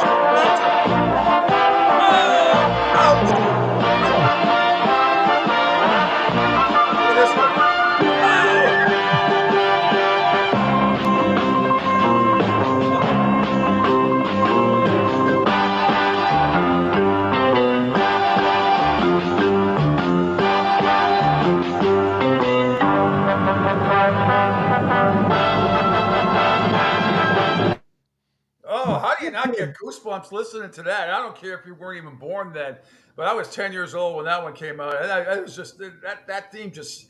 You would go around singing it in the hallways in school. Dun, dun, dun, dun, dun. It's like how ESPN's is now. Dun, dun, dun, dun, dun, Yeah. You know. How But about the foot to the back though? I missed that one on the first play. how about the guy stopping on Roger Staubach? I think that wasn't Bradshaw, the Steelers quarterback that went down. I don't know who that had to be. Who the hell was a backup back then? Oh shit. But anyway, that was that just fun. None of those were penalty. The face mask and the Kansas City Chief guy might have been a penalty. The rest of them were all illegal hits that were allowed to stand. That clothesline, I got to find out what number Patriot that was and who that was for your Eagles back in '77. I hope it wasn't Harold Carmichael, because Harold was taller than anybody. I think it was. Was it really? I think it was. If we do a still shot, I'd love to see. I don't know. It was Claiborne for the page. Somebody back then for New England. Let's see if we can kind of try to. Just play it again, and we'll just pause it at that scene. Brown 45. Brown 45. Hot, hot, hot, hot, hot, hot.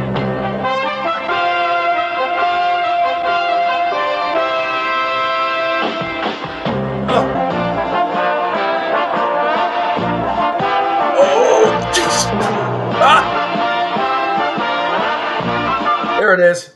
All right. So is that Harold running down? I can't see. No, it's 44. Is it not? Either 44 or 84. Okay. I can't see what that. Yeah, I can't. Who the hell is that? Is that? That's not Tim Fox, is it? He lives down here. He's a really good safety for the Patriots. Yeah, we're gonna find out who that is. Yeah. Keep it going. Just keep it. Let's play. Just play the rest of it anyway. Then we'll. All right. The Red Sox.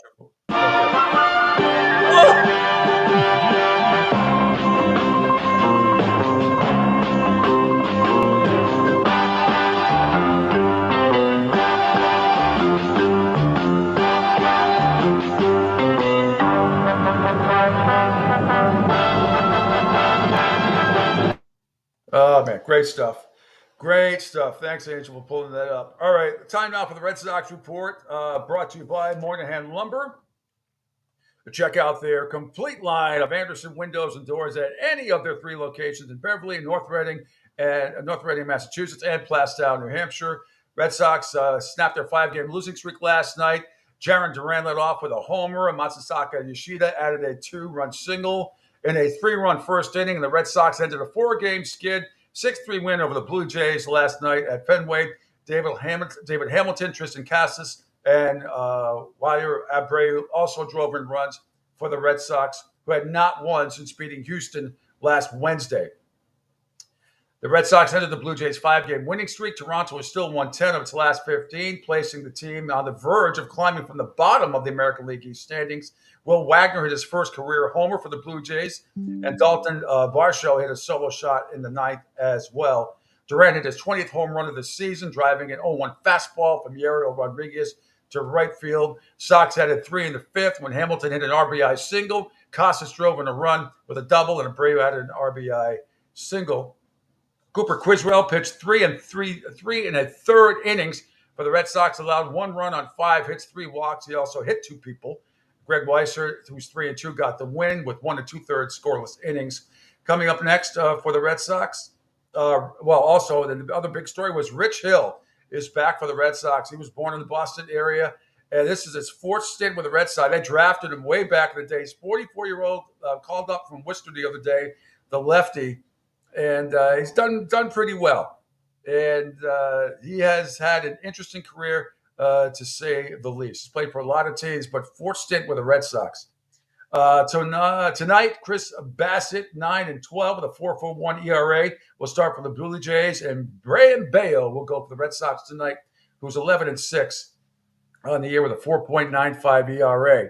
Red Sox Report brought to you by Moynihan Lumber. Check out their complete line of Andersen windows and doors at any of their 3 locations in Beverly and North Reading, Massachusetts, and in Plastow, New Hampshire. All right.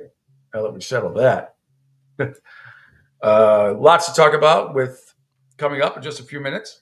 with Bill Sparrows. Going to take a quick break in a second here. And then John Meter-Perrell at 9:05 a.m., voice of the Boston College Eagles. And he's got a new podcast going with Andrew Marchand as well on Tuesdays. That's done very well so far. The first one, listened to it the other day. Most of it, great job. And it's all about really talking about media stuff, which is cool. 727-858-6650. That is the number to call. All right, Angel, let's take a quick break here. Oh, you know what? Let's take a quick break here. We'll get to some more football stuff a little bit later on after Bill joins us, because I want to get to some sound, some very funny sound from Jim Harbaugh once again at Chargers camp that has absolutely nothing to do with football or elevators, but yet they're funny. So I want to play the entertaining cuts for you.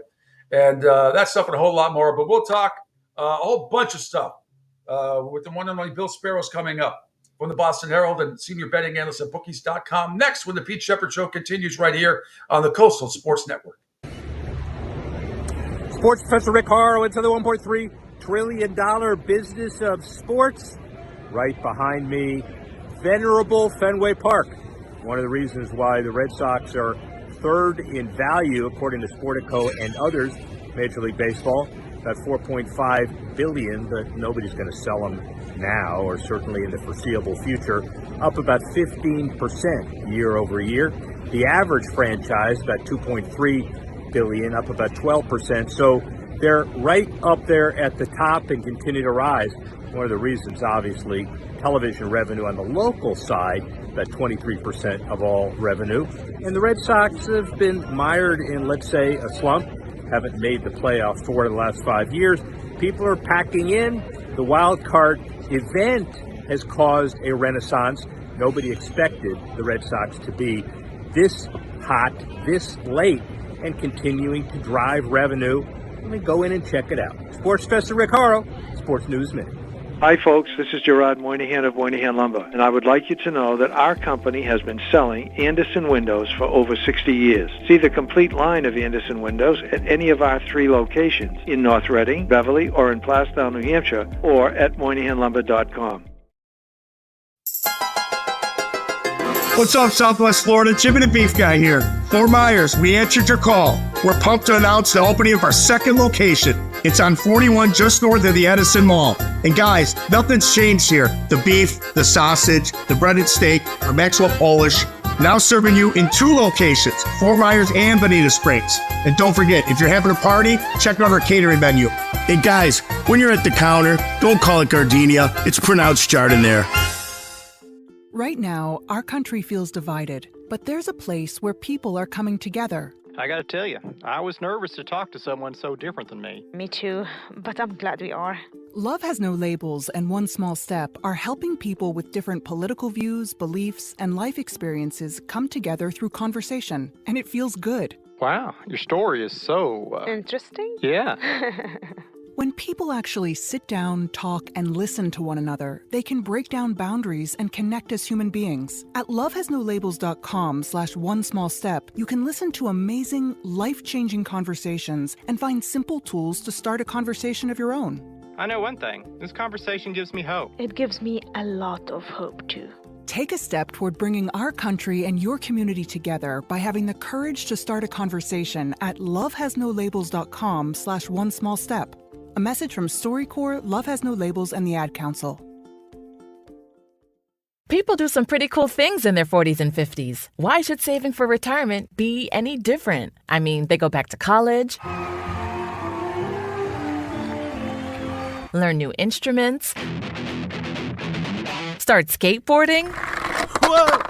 Okay, maybe that one's not for everybody, but saving for retirement is. With aceyourretirement.org, you can get on track with your retirement savings no matter your age. Just have a 3-minute chat with Avo, the friendly digital retirement coach from AARP. You'll get personalized recommendations based on your input that are easy to understand and work with your lifestyle. It's quick, easy, and free.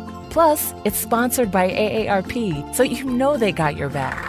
Woohoo! Gnarly move, Dad. Thanks, sweetie. So wherever you are in your retirement savings journey, head to aceyourretirement.org and start chatting with Avo today. That's aceyourretirement.org. A message from AARP and the Ad Council. Adopt US Kids presents What to Expect When You're Expecting. A teenager. Learning the lingo. Today I'm going to help parents translate teen slang. Now, when a teen says something is on fleek, it's exactly like saying, that's rad. It simply means that something is awesome or cool. Another one is totes. It's exactly like saying, totally, just shorter. As in, I totes love going to the mall with Becca. Another word you might hear is jelly. Jelly is a shorter, better way to say jealous. As in, Chloe, I am like so jelly of your unicorn phone case. You don't have to speak teen to be a perfect parent. Thousands of teens in foster care will think you're, rad, just the same. To learn more, visit adoptuskids.org. A public service announcement brought to you by the U.S. Department of Health and Human Services, Adopt U.S. Kids, and the Ad Council. This is the story of a very special woman. In a matter of seconds, she turned herself into a great mathematician or an entrepreneur. Her knowledge was limitless and still is. She could also make monsters disappear, especially those that lurked in the shadows under the bed. Once, this woman put back together a teenage girl's broken heart, which had been shattered in 1,000 pieces, just by giving her a bear hug. She masqueraded as a regular person at work, but as a superhero at home. Everyone knows her as Gabriella. I still call her Mom. Your hero needs you now, and AARP is here to help. Find the care guides you need to help, complete with tips and resources at aarp.org/caregiving. A public service announcement brought to you by AARP and the Ad Council. You're listening to The Pete Shepherd Show. Welcome back to The Pete Shepherd Show on a Hump Day Wednesday. Hope everybody's doing well around this great country of ours, wherever you are and around the world. Lots going on. Did a lot of college football, did a lot of NFL talk, and now we're going to talk about a whole bunch of stuff. Back from the Berkshires. Happy and handsome as always. Weekly visit here on the Pete Shepherd Show on the Coastal Sports Network. Bill Sparrows from the Boston Herald and senior analyst for bookies.com. And I got to ask you right out of the gate, I hope you took all the underdogs last week in week 0 because you could probably retire, Bill. I only took 2 out of the 4 because I only played 2 games, but I'm happy to start my college football season 2-0. How are you? Yeah, a lot of backdoor covers. Week 1, I think we saw some inflated lines. I did like Georgia Tech. Did pick them. I thought Florida State had a lot of problems this offseason. And you know, I know it's week 0 as opposed to saying it's week 1. Yeah. But yeah, it's hard to pass judgment on the portal. It's not going to be a cure-all for everyone. Obviously, that's just not going to happen. I mean, players are in the portal for a reason. It'll be a lot of hit and miss this year, I think, because you do have, Florida State's case, you had a quarterback who was brand new. And I would sort of maybe recommend that as a trend to look out at, teams with new quarterbacks, especially kids that transferred in. How long is it going to take for them to, get in tune with the offense, get in tune with the offensive line? So, you're going to see some of that for sure. Yeah, well, I'm hoping when I leave for Gainesville on Friday, and I'm hoping from everything I've seen, all the videos, people I've talked to, Cam Ward is the real deal, and that should be one hell of a game going up there against Graham Mertz and Billy Napier, Mario Cristobal. I cannot wait. Never been to the Swamp before. Really?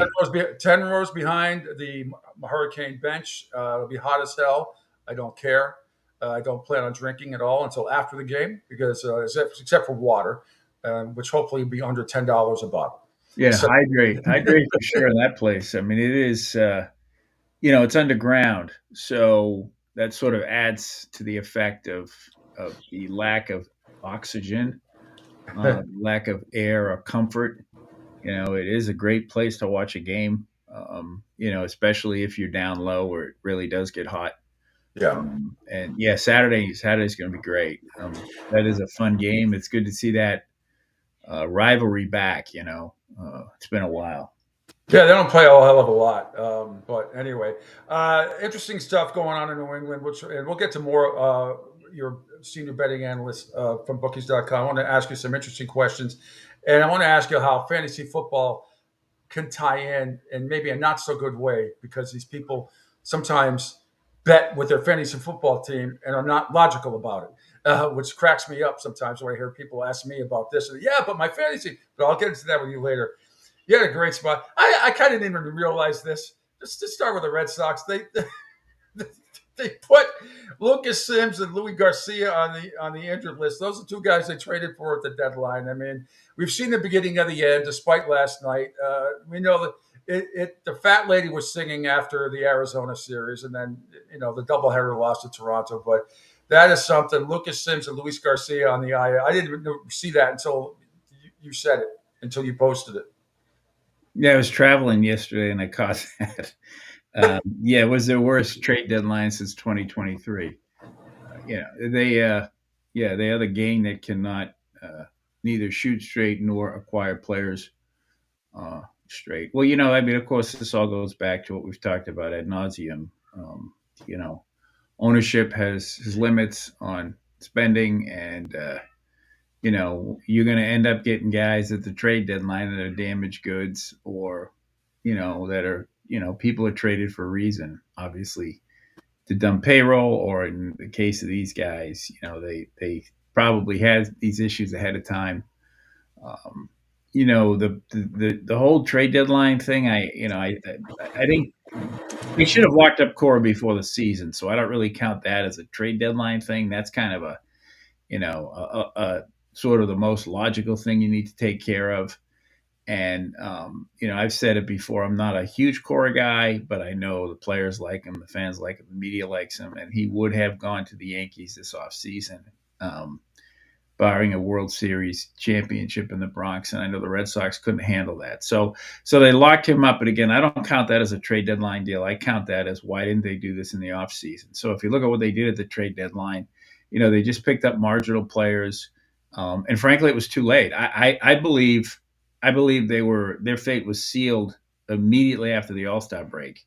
They didn't win a game for like 10 days if you count the All-Star break. And that just sort of gutted them. I think that's put them in a hole, and they haven't really recovered since. And when you have 2 or 3 or 4 teams ahead of you, or 5 teams fighting for 3 spots, it gets really hard because teams play each other. So it's hard to gain ground on the field. You can't gain ground on the field when the second and third horses in the race are, just battling it out with each other. You're not picking up any ground on the especially how Kansas City's playing. They just moved into a first place tie with the Guardians of Cleveland. Yeah, so no, it's tough. I remember being on the air at EEI, Bill, back in the day, and it was the Bobby Valentine disaster, and I used to have to go on the air on weekends, and people would say, "Yeah, but they're 4.5 behind." It was like this time of year. I go, "Yeah, but there's 7 teams ahead of them," which there are. And I used to say people, do the math. I mean, you can't have 7 teams go on a 15-game losing streak this time of year. They all play each other. That's never going to happen. But there were some that were insistent, even back then when they finished last under Bobby Valentine, that he was that they were going. There's some people just have blind faith, and then there's math you have to factor in here. So math is very important when you're looking at the standings. Math is actually the most important thing when you're looking at the standings, and your teams ahead of you play each other. This is a mess of their own making. They've sort of charted this course for the last 7 years, 6 years, or whatever it's been, and this is what they are, and this is why I continue to wage jihad against any possibility of him buying the Celtics. I mean, that has to be stopped at all costs. And hopefully I'm with you. $1 billion cost will be enough. But I saw them they were at the WNBA game, which, it's terrifying to see him that close to the parquet at the Garden. Even if it is a WNBA game, it doesn't really matter. It's like Satan shows up in church. It's terrifying. The power of the WNBA compels you. The power of the WNBA compels you. Hey, look, if he wants to bring a WNBA team to town, God bless him. I don't, let him screw that up. Which is almost impossible to screw up these days, but I'm sure he'll find a way. But what's Bill, though, in a second, I'll let you, the word legacy is so overused in sports. But in this case, I think it's interesting. When it's all said and done, what will John Henry's legacy in your mind be? It's still the positives still outweigh the bad, don't they? I know it's what have you done. Oh, of course. What do you think his legacy will be? Your honest thought. Well, I think his legacy is going to be, first and foremost, they won 4 titles on his watch. No one ever else did that for the Red Sox. He saved Fenway Park and really turned it into not only this great monument, but this cash cow. And as much as I will and shall forever, disparage the Red Sox for the fact that at one point in my life, they had more Black Lives Matter banners inside the ballpark than black ball players on the roster. This ownership group did end that sort of Yawkey-esque. Yep. Mm-hmm. And I want to give John Harrington credit too, and Duquette. They also did that, but they followed through on the fact that, hey, we want to bring people to Boston and we want to create an environment that is not what you think it is or what it used to be, frankly. So no, obviously he deserves a ton of credit, and I do my best to do that whenever I'm addressing the Category 14 hurricane that would hit Causeway Street if he bought the Celtics, or the fact that he's tapped out when it comes to the baseball team. He will tell you, I think, that he's earned the right to tap out when it comes to the baseball team, and in a sense he has. But my argument with that and with the Patriots is, I'm not going to deny what Robert Kraft's done. I'm not going to deny what John Henry's done. But that's okay if they want to say that's all we're going to get, and enjoy it because you didn't have it your whole life and you're spoiled. I'm all fine with that, but just don't tell me that we're still competitive. Don't tell me, don't raise your ticket prices. Don't tell me, we're building a competitive ball club if you're not. That I think that's what rankles people. It's not that the team, Red Sox, they have a real shot, and I called this one 2 weeks ago. I'm going to pat myself on the back. They have a real shot at a 4th last place finish in 5 years. And I made that call when they were still 7.5 games out of last. I'm not sure it's going to happen. It's a big ask, but it's possible now, where they could finish last place 4 out of 5 years. But I don't think that's not the second paragraph of his obit. That's more like the second half of it. That's way down. And it's the same with Kraft, right? The second paragraph of his obit is going to be six championships, the dynasty, the marquee franchise in pro sports for 20 plus years. And then we'll get to the old Orchid of Ages day spa and the fact that he let Tom Brady, Bill Parcells, and Bill Belichick walk out the door. But the statue is not going to. The statue is going to be about the 6 rings. The Kraft statue. Yeah. But John Henry's statue is actually, they're going to put that. They're working on it now. They're finding the spot in the common where the most pigeons go. So they're going to put John Henry's statue there. So they're going to do like pigeons. They're not going to send him next to Red Auerbach in Faneuil Hall. No, I think Red would walk. I think if you put John Henry's statue next to Red Auerbach, Red statue would get up and just walk away. No, you know what you do? We take a cigar and just give me a little, somewhere on his. No, I can picture Red statue getting up and just walking away. Can you imagine that conversation? If we could ever, you could ever have a butterfly effect and have, oh my God, to have Red Auerbach and John Henry have a discussion. That would be very interesting. I'd pay $100 to see that, maybe more. Reddit turn to the camera and say, "What the hell is this guy talking about? What is he doing? What is he talking about?" I do. One feel-good story, though, I think is pretty cool, is Rich Hill, again, was the 4th time coming back with the Red Sox. They drafted him way back. And if I remember correctly, Bill, he was one of those guys. There's a lot of baseball players that get drafted out of New England. People assume they're Red Sox fans, and they assume that they want to be, like Tony and play for the team. But a lot of guys don't want to play for the Red Sox that are drafted from New England. And sometimes they don't really say it on the record, but off the record, I've heard stories. Someone like Tom Glavine, who grew up in Billerica down the street from Peanut Gallery's house, her family and everything. He was never a big Red Sox. He was a baseball fan. He was never a big Red Sox fan. He was probably a Bruins fan, even though he got drafted by the LA Kings back in the day. But you know what I'm saying? But Rich Hill, that's a nice feel-good story. I hope he comes and does reasonably well. 44 years old. Unbelievable. Yeah, and to me, it's like if you have a kid, teach him how to throw left-handed, and you'll be pitching. Mm-hmm. One of my really good friends, his son is a freshman at Duke this year. Kid's a lefty, so he's he could be pitching into his 40s as well. I mean, if you can throw left-handed and you can find the plate, you're always going to have a job. And Rich Hill is proof of that, and good for him. I mean, if he can help him out, great. If he can, again, it's all about innings. We talked about math earlier. It's all about innings. You have to have so many pitchers for so many innings, and he certainly helps that equation. I think it's, again, this is typical Red Sox. This is as much PR and feel good as it is baseball. And now Cora's re-up for that, so he's got to play along with it. But they're still not fully committed over there to winning. And I don't know, given the fact that this guy doesn't even want to talk about the baseball team anymore to his own employees. Yeah. I don't know if that's going to change. Is that going to change his legacy? No. Is that going to make, the next few years suck? Yes. And before we get to some other stuff here with the Patriots, I want to get your thoughts on the quarterback situation, because why not? An interesting stat I saw this morning in ESPN about the Phillies.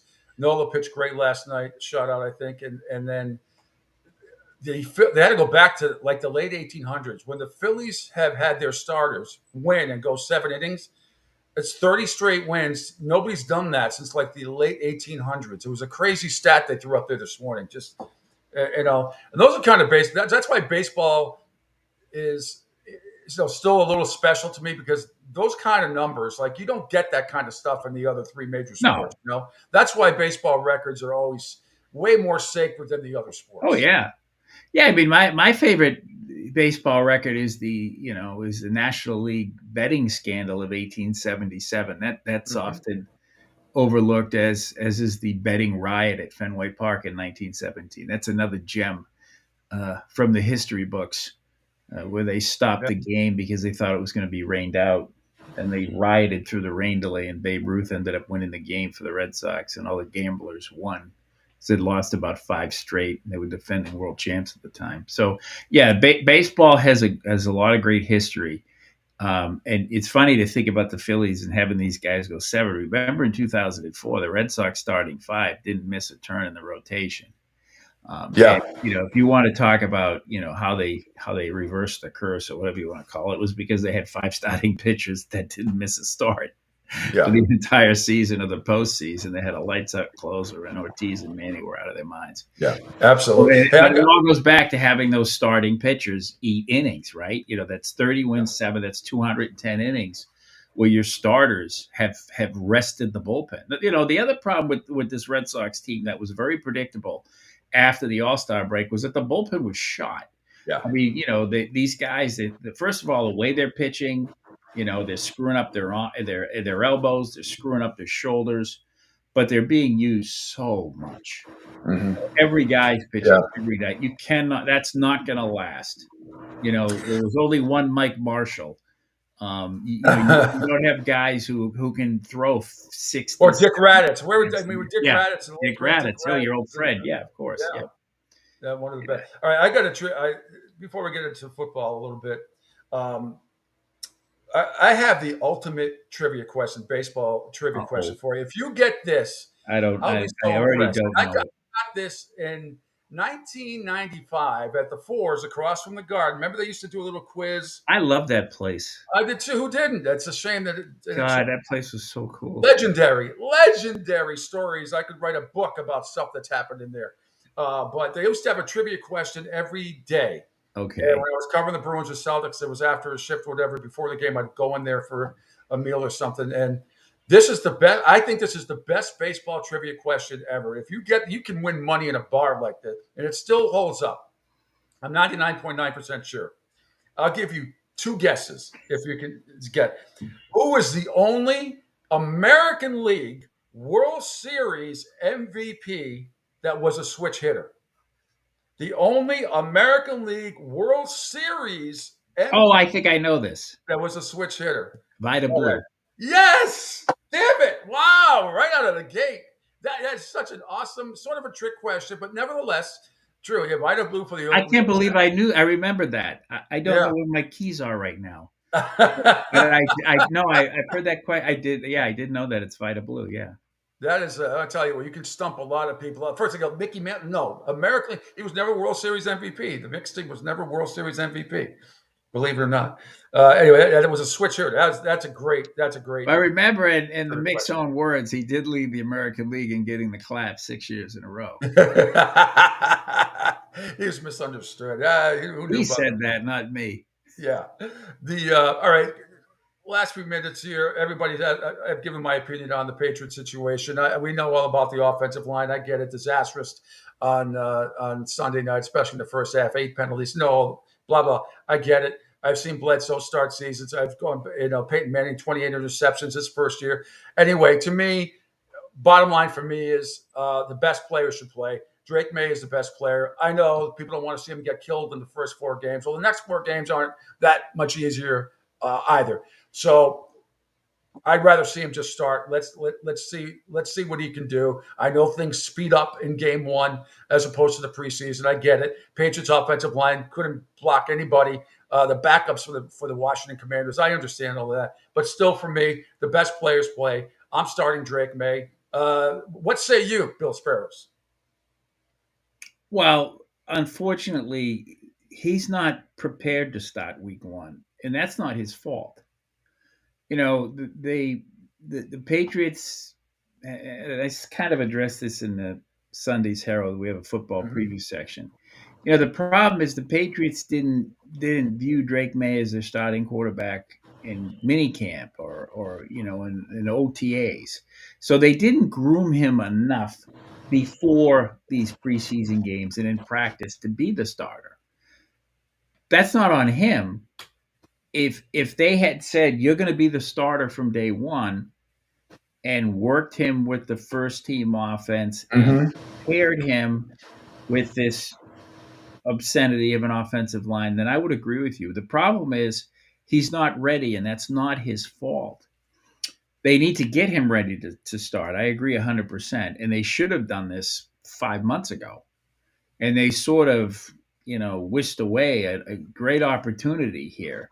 And it was kind of unfortunate that they had Brissett because he was like a security blanket. He was like the little nubby you give to the baby when it's crying. That they said, okay, we have Binky. Yeah. We have a serviceable quarterback, serviceable in air quotes, quarterback for week 1. We know we're going to suck.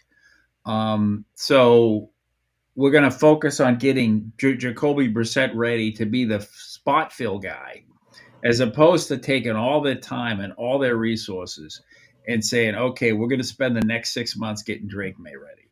That's not on Drake May. That was the plan going into this offseason, and that was the mistake. I agree. The mistake wasn't should Drake? Hell no, he should have played week 1. He's going to get killed. But again, Gerard Mayo saying they need to get him ready to play sooner rather than later. But once he's fully prepped to play, then I would play him, even given this offensive line and everything else. I agree with you there. The problem is, in this specific situation, they didn't make him ready, and that's on them. That's not on him. But it's tough. I agree with everything you said. But then Gerard Mayo comes out 2 days ago and says he's played better than Jacoby Brissett. So when I hear the head coach say that about any player, it's hard for me. And everything you said is absolutely true. But he is the best quarterback on the team. Period. So, period. And I agree with you. He should have been playing with the ones, just like Bo Nix and Jaden Daniels were playing with the ones as well. And that's why Bo Nix got the starting job in Denver. The same thing with Jaden, in Washington. But I still think the best players should play. And is it going to be psychologically damaging? He's the most 5 times. He's the most talented quarterback they have, but he's not the best in the sense that he's not ready. Yeah. And again, I think if he had been considered the one all off season, then you could feel more comfortable. See, what worries me here with Drake May, who I think I am all in on this guy. I love this guy. I am in the tank for this guy. I think he's going to be the guy. I'm glad they took him. I don't care what people say. But I don't want them to screw this guy up. And because they screwed up Mac Jones, whether by design or neglect. And I think this guy he's got that he's got the DNA that Mac didn't have, youngest of competitive family. It's just like Brady with his sisters. This guy's oldest brothers were beating the hell out of him his entire life, beating him in sports. He's got that makeup to where he's not going to crack like a Mac Jones who was taking dancing lessons when he was a little kid. But they failed in not getting him ready to be the starter in week 1. Maybe they'll have him ready by week 4. I don't know, week 6. That would be okay with me. If he's the starter in week 6, then that's fine. You heard it from me first. He will. There's no way Jacoby Brissett makes it through the first 4 games. No way. Well, that's the other point too, and I got to believe they know that, right? I mean, you have to know his history, right? That he's because for any time he drops back to throw the ball, he's gonna get murdered. He's gonna get crushed. And he is like 34, I think. Yeah. So he's been around for. You have to remember, my favorite Jacoby Brissett stat is 8 years ago he wasn't good enough to be the second quarterback on the team. 8 years ago, but now he's the starter. If you want to know how far the Patriots have fallen, that's your stat right there. That is a great number stat. 3 member of the Wolf Pack 8 years ago is now your starter. Yeah, you don't want Drake May to go be Zach Wilson. You don't want what happened with the Jets did to him. You saw Zach played, gets a bunch of backups the last couple of weeks with Denver, but did well.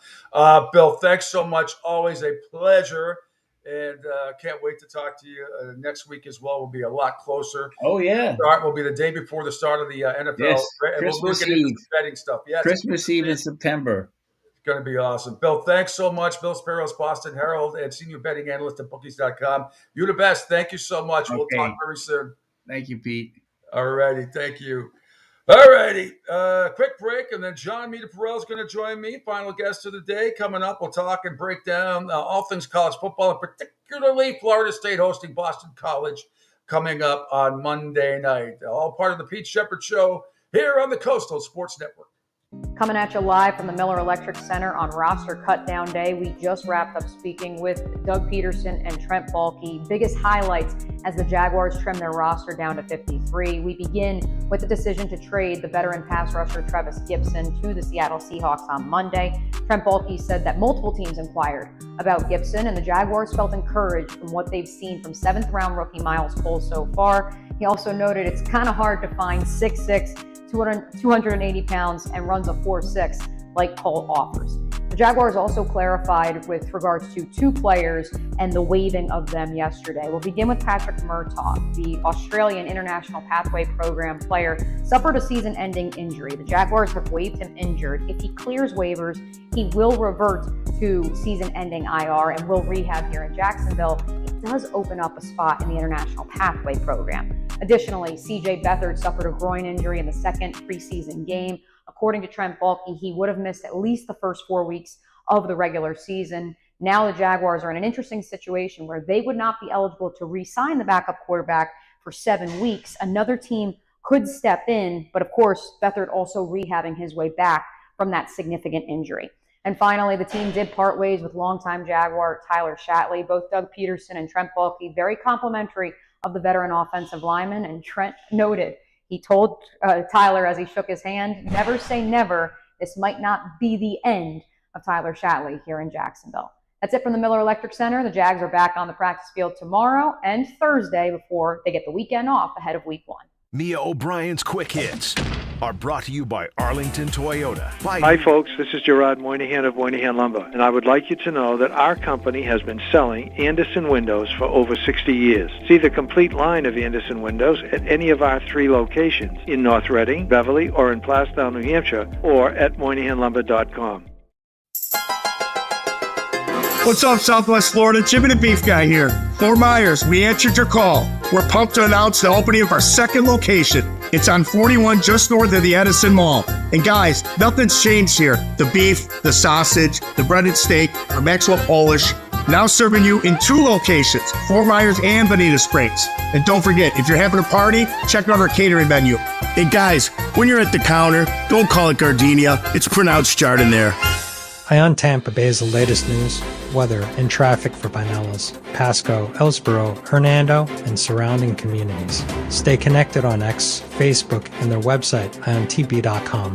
Ion Tampa Bay keeps you informed on breaking news as it happens. Southwest Florida's newest game in town. Sports Radio 102.9, the game powered by Ion Tampa Bay. We'll be right back. Okay, men, this is your time. Maybe you didn't choose this, but you're here now. You're gonna go out there and be an all-star caregiver. It's up to you. So what are you gonna do? You're gonna go grocery shopping, cook, clean, be there emotionally and physically. You gotta dig deeper. Drive them to physical therapy, doctor's appointments. Don't you forget about the pharmacy. I know you won't, because that's what caregivers do. Don't give up. Don't ever give up. This is your time to show the world, your family, and yourself that you're tougher than tough. Now go out there and be the best caregiver this world has ever seen. Caregiving is tougher than tough. Find the care guides you need at aarp.org/caregiving. A public service announcement brought to you by AARP and the Ad Council. Hi, I'm Danica Patrick and proud aunt. Watching my nieces grow, play, and learn is amazing. But not every child gets to be carefree. 1 in 6 kids in the U.S. are hungry. 1 in 6. That little girl sitting alone at the playground, she can't play like the other kids. She doesn't have the energy because she's hungry. School lunch will be her only meal today. It breaks my heart that this is the reality in our country, but it's something that Feeding America is working to change. Each year, the Feeding America network of food banks rescues billions of pounds of good food that would have gone to waste. This food is then provided to families and children in need. Being a kid should be about using your imagination, learning, and having fun. These children shouldn't have to miss out on simply being a kid because they're hungry. To find out how you can help end childhood hunger in your community, visit feedingamerica.org. Brought to you by Feeding America and the Ad Council. Adopt US Kids presents What to Expect When You're Expecting. A teenager. Learning the lingo. Today I'm going to help parents translate teen slang. Now, when a teen says something is on fleek, it's exactly like saying, that's rad. It simply means that something is awesome or cool. Another one is totes. It's exactly like saying, totally, just shorter. As in, I totes love going to the mall with Becca.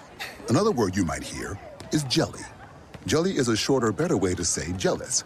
As in, Chloe, I am like so jelly of your unicorn phone case. You don't have to speak teen to be a perfect parent. Thousands of teens in foster care will think you're, rad just the same. To learn more, visit adoptuskids.org. A public service announcement brought to you by the U.S. Department of Health and Human Services, Adopt U.S. Kids, and the Ad Council. This is the story of a very special woman. In a matter of seconds, she turned herself into a great mathematician or an entrepreneur. Her knowledge was limitless and still is. She could also make monsters disappear, especially those that lurked in the shadows under the bed. Once, this woman put back together a teenage girl's broken heart, which had been shattered in 1,000 pieces, just by giving her a bear hug. She masqueraded as a regular person at work, but as a superhero at home. Everyone knows her as Gabriella. I still call her Mom. Your hero needs you now, and AARP is here to help. Find the care guides you need to help, complete with tips and resources at aarp.org/caregiving. A public service announcement brought to you by AARP and the Ad Council. You want the best in sports and entertainment? You got it. Now back to the Pete Shepherd Show.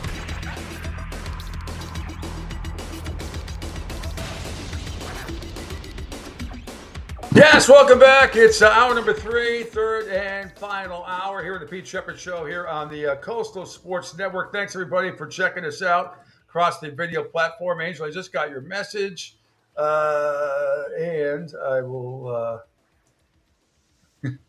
is it under Coastal Sports Network or is it under your name? I got you. Let me just punch it up here because if I don't do it now, I'm going to forget. I don't want to do that. Your show's coming up next hour at 10 o'clock. Gotcha. Boom. There we go. We'll get to that in just a second here. The Mark Peters and Company show coming up a little bit later on in about an hour.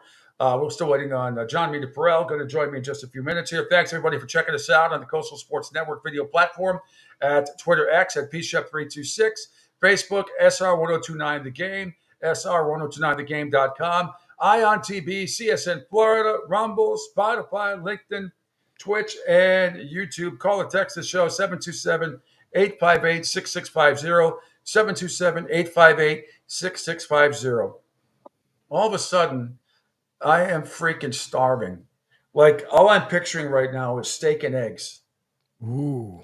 Oh, Bad. which I don't have very often in the morning, but man. And good steak, too. I know people like serving skirt steak. Give me a filet mignon, 6 ounce. Give me that. Yeah, there's Give me that. nothing worse though when you get that hunger pain, like, and you still have something to do, but it's the worst. We went yesterday to the Upper Deck. Okay, yeah, that's your go-to. Yeah, and I tried for the first time their buffalo chicken sandwich. Excuse me. And it was I ended up getting the medium instead of the hot only because it was blazing hot outside, so I didn't want both inside and outside burning. But actually, it was pretty good. It was first time that I tried their Philly cheesesteak is really good, and oh darn it, it'll come to me. Yeah. All right, there he is, John Meter Perrell joining me, and he's been busy. Look at him. He's all over the place now. He's got his new podcast with Andrew Marchand, and he loves Dan Hicks, and we love John Meter Perrell as well. And Meter, welcome aboard. Thanks for taking a few minutes out of your very, very busy day getting ready for Monday night's game. Let me ask you first and foremost, since I'm going to be in Gainesville on Saturday, not too far from Tallahassee, but I didn't know if you're going to be in the area this weekend. Or are you guys flying down Sunday night or Monday morning or whatever it is? How's that working out for you? No, Pete, we fly down on Sunday mid-afternoon, so I will not be in the area for that long. We stay in beautiful Crawfordville, Florida, which is, I guess you call it a suburb of Tallahassee. And it is somewhat on the level of Deliverance, maybe a step up. I think I will send you guys a photo of our hotel rooms, the lovely Ramada Inn in Crawfordville. The Ramada Inn in Crawfordville. Yes. So the whole team staying there too, or just you, just the meeting? No, that would be the team stays in a resort, which for those of you listening on radio, I just put my quotation fingers up, which would not qualify as a resort in, let's say, Venice, Florida. Is there an ice machine available? There is an ice machine available. It was so bad a couple of years ago. We've been there I think we've been staying there at least 10. The problem is you can't stay in Tallahassee because your travel party is too large. They don't have enough hotel spaces because of all the alumni taking up all the hotel rooms in Tallahassee and all the boosters and donors and et cetera. A lot of BC fans going to make the trek down? I think there'll be a pretty good amount of BC fans. In Florida, there's a good amount. A lot of people have moved down there. The stadium's smaller this year because they're renovating it. Yeah. It's down to 55,000. So it used to be 80. So that will be interesting to see if that takes any effect at all. I doubt it. It'd probably be even louder. But, it was so bad a couple of years ago. Pete Cronin, my broadcast partner, had to use my bathroom to, let's say, go numero dos. Oh! Because his was not working correctly. And let me tell you something. I had to leave a lot of issues. room. You've got a lot of issues on planes and in hotel rooms at different parts of your career. I got to tell you, that could be a chapter in your book. It's definitely going to be a chapter. We're going to have one chapter devoted to you, Pete. That's easy. Nothing will ever match. I told you, nothing will ever match. We'll finish your story first, and then there's no worse hotel story than mine in Jacksonville in 2004. There's no worse story than that. But yeah, you guys had a great time down there. No, this was so bad. I had to exit the room because it smelled like there was a dead animal after Pete was done. So I think that's a little too much information. No, not really. No, we pulled up into I told you this story before. We pulled up into the motel, whatever it was. It wasn't just WEEI people. There was other media, national people in the hotel too, because Jacksonville just wasn't ready for the Super Bowl. But to walk into the room, first thing I wanted to do was take a shower. It was disgusting. I took my shoes off, and it was a red carpet. I walked in. By the time I got from the bed to the toilet, I looked at the bottom of my feet were black. That is a true story. The bedspread smelled like cigarettes and some sort of bodily fluids. I didn't have one of those.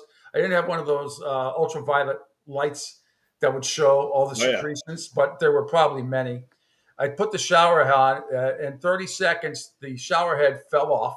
Water was going all over the place. I did find a way to fix it so it was manageable. It was absolutely god-awful. Oh. Andy Massawa, Andy, our producer, gets a phone call the first minute asking for Shaniqua if she's available for, sexual relations. You should have been Shaniqua. You could have made an extra grand. We found out like a few hours later that from the bartender that the place was a crack house, whorehouse, and they just evicted all the ladies for the week so people like me could have the pleasure of sleeping in rooms like that. I mean, it was horrible. I mean, absolutely horrible. I told you, the restaurant next door. Yeah. Angel didn't believe me. So you can look it up. I'm not being racist. The restaurant next door. Still there. You can look it up. ChineTakeeOutee. Chinese Takey Outie. Still there to this day. Still there. He just doesn't. What wouldn't it be? I'm sure it's one of the best in Jacksonville. Oh my God, that was just absolutely that was that. And then I remember coming home, and a couple months later, that same hotel, and flipping through. Not that I watch Lifetime movies, or but I happened to flip through. You stop sometime. So that looks familiar. And it was a whole show about how there was a double homicide with little children involved in the same hotel that we stayed at. There was an ongoing story. Oh my God. Oh, this is 20 years ago. I'm like, Jesus Christmas. I mean, anyway. Thanks to the WEI travel department. We had some outstanding. Of course, Freddie was going to stay there too. I didn't throw too much of a hissy fit. Freddie lost it, And I bet he did. Yeah, I mean, it was. Hey, it was beyond disgusting. It was did not experience the Casino Queen in East St. Louis, Missouri, though.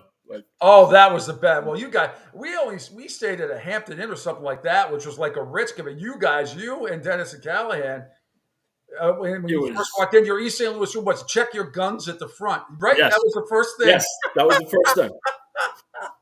East St. Louis, check your weapon at the front desk. East St. Louis, the former murder capital of the world. I don't know if it still is, but it was it was so enlightening, very enlightening for a kid from the mean streets of Weston, Mass. Yeah, I mean, me too. The mean streets of Narragansett, Rhode Island, really tough. But we were at Hampton Inn. We were in luxury. I think Jerry called Glenn, and we were, of course, we were dining out at Steak and Shake. I love Steak and Shake. Well, at 10:30 at night, it's yes. really all that's out there. But it's outstanding. Oh my God, the stories! It just was. Thank God the Red Sox won the World Series in 4 because I want to get the hell out of there as soon as, except for going on to the Arch, which I did get a chance to do, the Thursday thing. But great fans and everything else, but where you were was an abomination. That was awful. It was awful. We had to leave at 4:30 in the morning too. We had to go to Mike Shannon's restaurant in downtown St. Louis.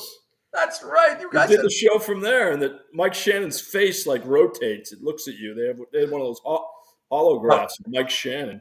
Well, we were doing the show from the stadium at the old Busch Stadium, and we got locked out. Whitey Herzog locked you out. We didn't get there until after. We didn't get in until after 2. The show started 20 minutes late. It was myself, Glenn. I think Sean McAdam was going to join us then, and but we were locked out for they supposedly knew we were coming, but apparently not. So it's banging on the Busch Stadium. Let us in. You know what the audiences were that? Think about where our audiences were that week. Yeah, we were in probably well over 500,000 listeners. Oh God, it was insane, and so every second counts. And it's just yeah, exactly. It didn't make any sense, and we were banging on the door. And then finally, somebody from security's and of course, who are you? I'm like, hey, we're from WEI, we're the flagship of the Red Sox. Let us the fuck in. That's what I said anyway. I'm sure you did. Oh, look at that. Yeah, there it is. Ying's there China it is. That's right next door to the Crack House Hotel that I stayed at. Well done, Angel, putting up the picture of the Chinese food restaurant. Yep. People always thought I made up that story. Andy and I was like, no, you will not believe it. I didn't get a chance to eat there, but anywho. Try the poo-poo platter. Joey said, if you want more Mita Parrell co-hosting, throwing beer cans on the passenger side window, post-BC football game stories. Pete would not be happy with me for sharing that, but I think the statute of limitations are up. I've heard a lot worse. All right, let's get into this game coming up. The only game on Monday night, so you must be loving that. You'll be all over the place, and I think the mental state of the Florida State Seminoles. We both liked Georgia Tech last week, at least to cover. I thought after the first drive here, I'm going to give my little summation here, and then you can absolutely go off here. I couldn't believe the first drive by the Seminoles. I mean, marching down through them like they were a sieve, and I'm going, oh God. I go, Mita and I are going to be talking about. It looks like a 35-point blowout. Georgia Tech's not ready. Give them a lot of credit. Right after that, they march right down the field. They score, and then they stop Florida State. I think the next 3 or 4 possessions, they had a punt. I think it was a penalty once that kept the drive going. They still stopped. They still had a punt. But in the end, you knew as the game was getting into the second half, besides that 59-yard field goal, I felt Georgia Tech was going to win that game all the way. I really did. So your thoughts on that game, and where do you think the mindset – is it a good thing for BC that it happened the way it did, or a bad thing? The mindset of the Florida State Seminoles, my phrase that I'm going to say, are they psychologically damaged? Oh, damaged people. I think it's, I think it's good that BC saw that they exposed some warts. They exposed some weaknesses, and BC can attack those. BC's strength, their offensive line, running backs, wide receiver, quarterback. FSU saw that last year with Thomas Castellanos. He ran all over them. Castellanos is a better quarterback than DJ. DJ was, I think, exposed again. Can't really win you a game. I know he has moments. We saw it when he played his first game against BC. We thought he was going to be an All-American. That was way back in 2020 with Clemson. But FSU, it was amazing to me how they got punished up front. I didn't expect that. The D-line of Georgia Tech dominated. FSU didn't even have 100 yards rushing after that first quarter. Philly, I thought, would be a load. He wasn't. Royale Williams, the transfer from Alabama, wasn't. They erased everything that Florida State does well, and that's a testament to Brent Key. The guy is amazing what he's done. I know you as a gambler, he's 5-0 against ACC-ranked teams. 8-2 overall now against ranked teams, I believe. That's impressive. So, I was impressed with what they did last year against BC. BC beat them by a field goal. I told you last week Haynes King was one of the better quarterbacks in the conference, if not the nation. So they've gotten better, and they're clearly not going to be an easy out. But FSU, look, I'm sure – are they angry? Yeah, I'm sure they are. But that's okay. BC's prepared for that. They've had guys that have been exposed to that. Again, their strength is the offensive line. They have 3 pros up front, Ozzie Trapillo, Drew Kendall, and Logan Taylor, and probably another one in Jude Bowery who's just developing. So I'm feeling good if I'm a BC fan about that. And I'm also feeling good, you know what? It's time to play. It's time to just throw it out there. I'm talking to Bill O'Brien later today for the Bill O'Brien podcast. Can't wait for that to drop on Monday. He'll preview the game. And I know he feels the same way. Pete, he's got that NFL mentality. Just Done with the preseason. Let's go. How's I might have asked you this before, and forgive me, Kamari Morales, the tight end transfer out of North Carolina, how's he been looking? And can he be another weapon for Castellanos? Yeah, he can be, definitely. Morales, good call on your part. He's the all-time leading tight end receiver in North Carolina. And he'll be missed there, even though they have 2 other guys that they're high on for Mac Brown. Yeah, Morales looks good. They didn't really focus too much on the tight ends during preseason. Another kid, Jeremiah Franklin, behind him is pretty good too. So I think they'll use them more. Definitely, it's a good outlet for Castellanos. They're not going to put 68-yard bombs on you, but they have receivers. They're really deep in that receiver room, the deepest they've been since 2007, in my estimation, when Matt Ryan was here. So I like what I'm seeing. Defense, there's questions. There clearly is questions. I think it wouldn't surprise me to see a bit of a shootout on Monday night, even though Florida State, we thought that might be the case against Georgia Tech. But I think there's going to be some scoring on Monday. Definitely an advantage for Boston College, where Florida State has played. It's a short week, sort of, coming back overseas. You got to figure jet lag is a little bit could be part of the issue, maybe, about getting back used to the time change, even though they've had plenty of time. I get it. Still, it feels like it's a short week, but it's got to be an advantage for Boston College, where they've seen Florida State play, and Florida State has not seen BC at all, based with Billy O'Brien coaching. I suppose you can go back and look at some of last year's film, but does that really mean a whole hell of a lot, you think? No. I think everything's – the look at what they did against Castellanos and how they had trouble with him, that they'll look at. But everything else you can pretty much throw out. You got a new offensive coaching staff, new defensive coaching staff. I don't think that's that big of an advantage for the Seminoles. Norvell's a great coach. You and I have talked about it. He's clearly one of the best coaches in the conference. He'll have them ready. They were there until Monday. They were sightseeing. They sightseed on Sunday, came home on Monday,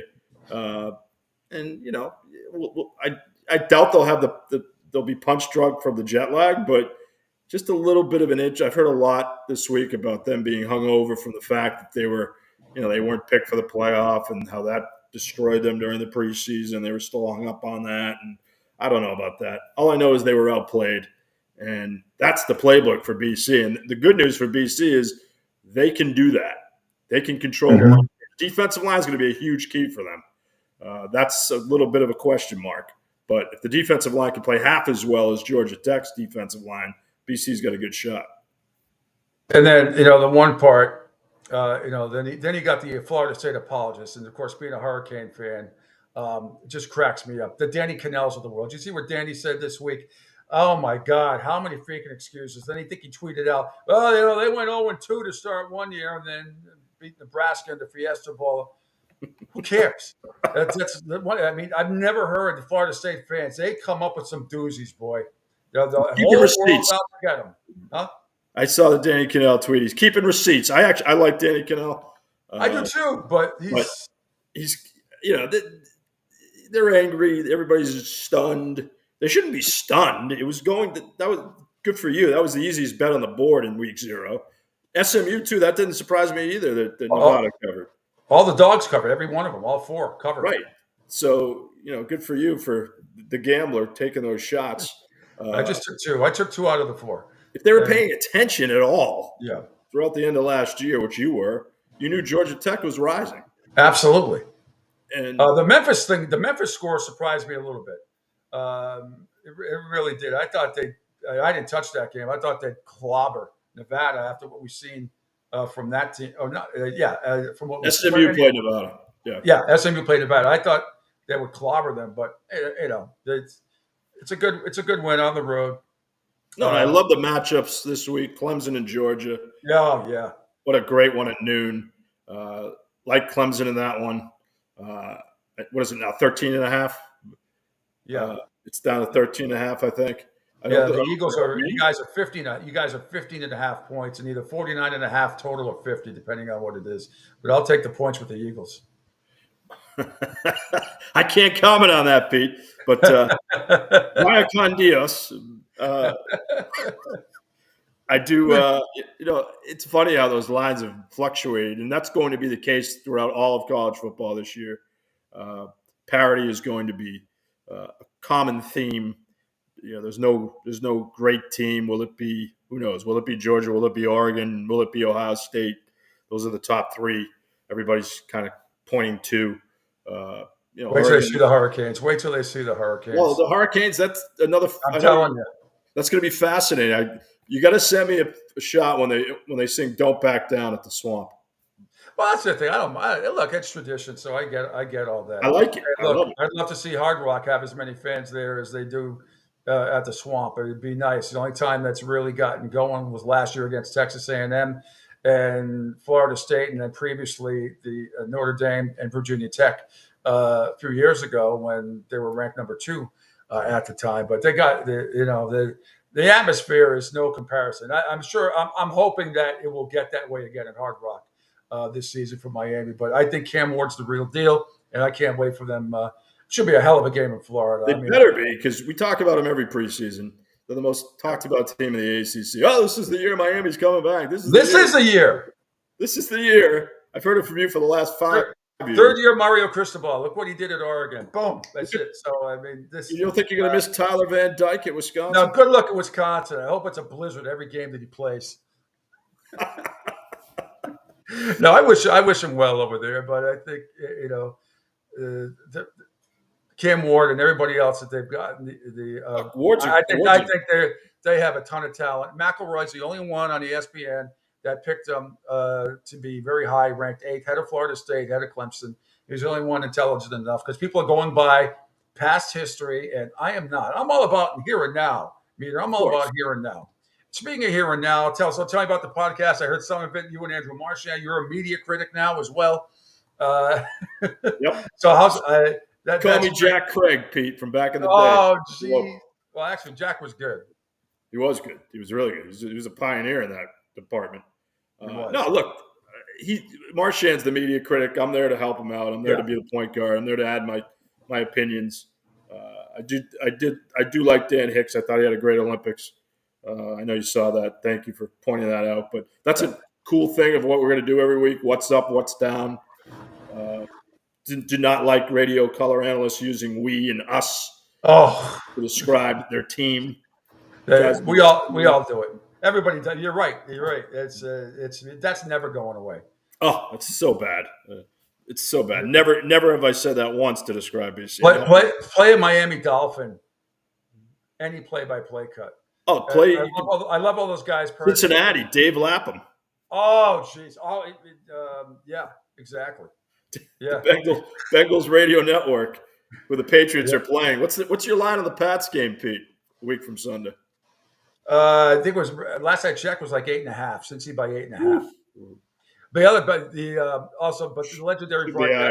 legendary broadcaster for the Buccaneers. And why is his name escaping me right now? Gene Deckerhoff. But yeah, you know very well. He's a wee guy. I love Gene, but I love him too. Enough with the wee. Yeah. He's not doing Florida State this year. He's just doing. He's last year doing Tampa Bay. But there's a lot of wee guys out there. I think Gil Santos was a wee guy back in the day with the Patriots. Gino was.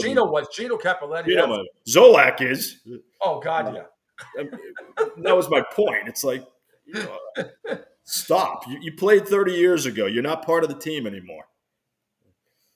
Yeah, I find myself doing that when it comes to the Hurricanes. Even though well, I didn't know you and Dwayne Johnson played D-line there.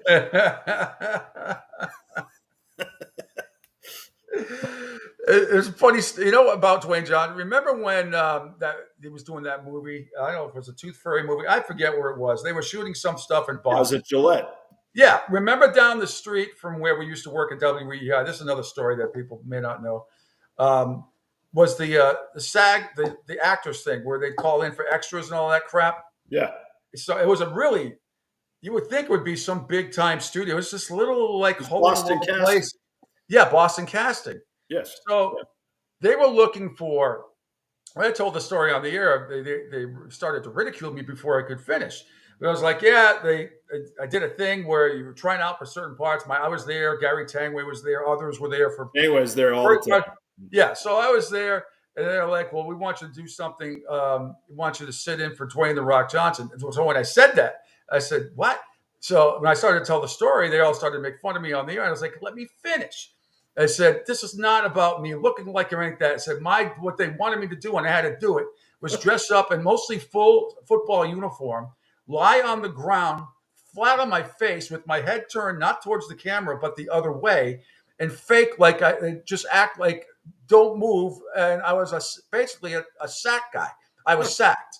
That's all it was. Nothing else. No lines. Nothing. But I didn't get it. Somebody else.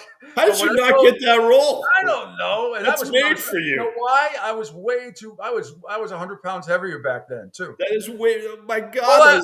Well, I was literally supposed to lie down on the floor, hands spread out all the way, head to not the camera, and just stay there for 10 seconds. Which is what you look like, at WEI anyway. During the broadcast, spread out.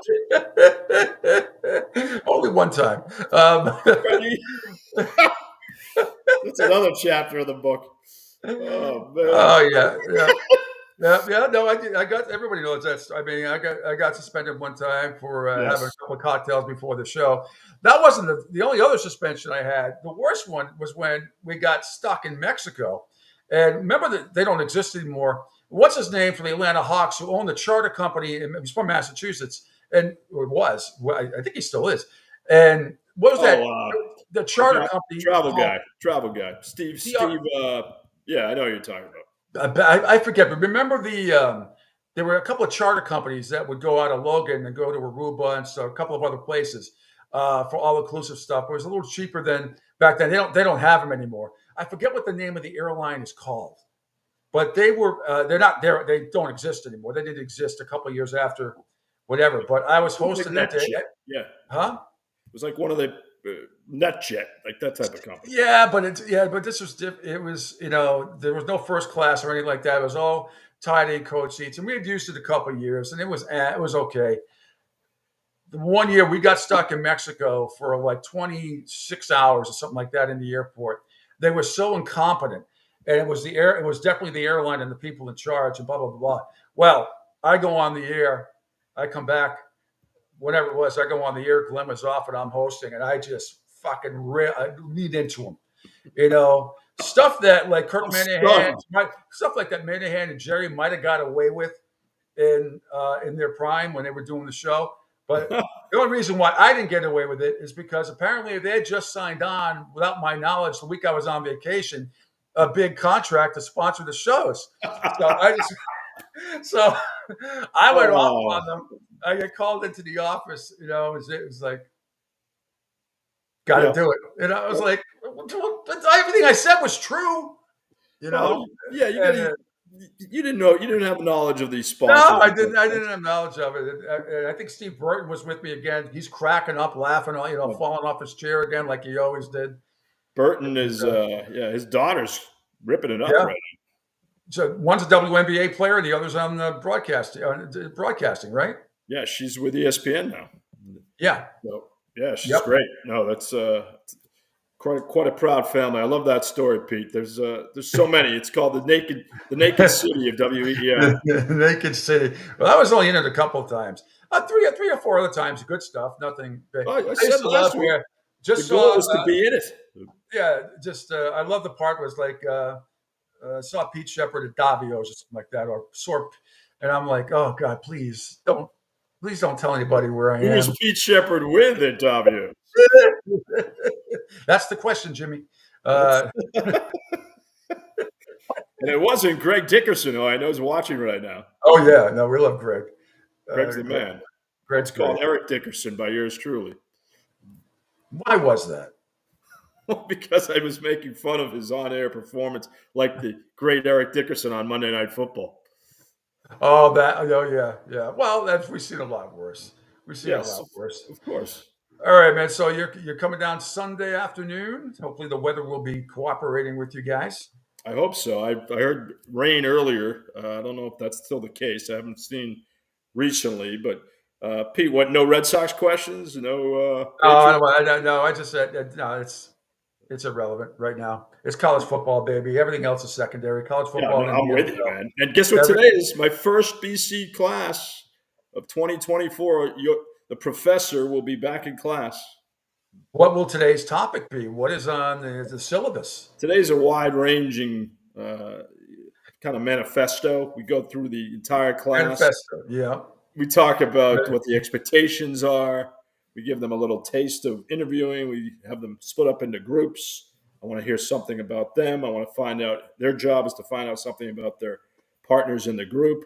Tell us something we don't know, something I always tell them, a mantra for good broadcasting. Tell me something I don't know. So it's kind of a eclectic class today. Why don't you show them the last 3 or 4 videos of Deion Sanders? Don't you think that would be? I refuse to. Don't you think that's a good coach? Honestly, no question. Something. This is how you don't act like a jackass like he does.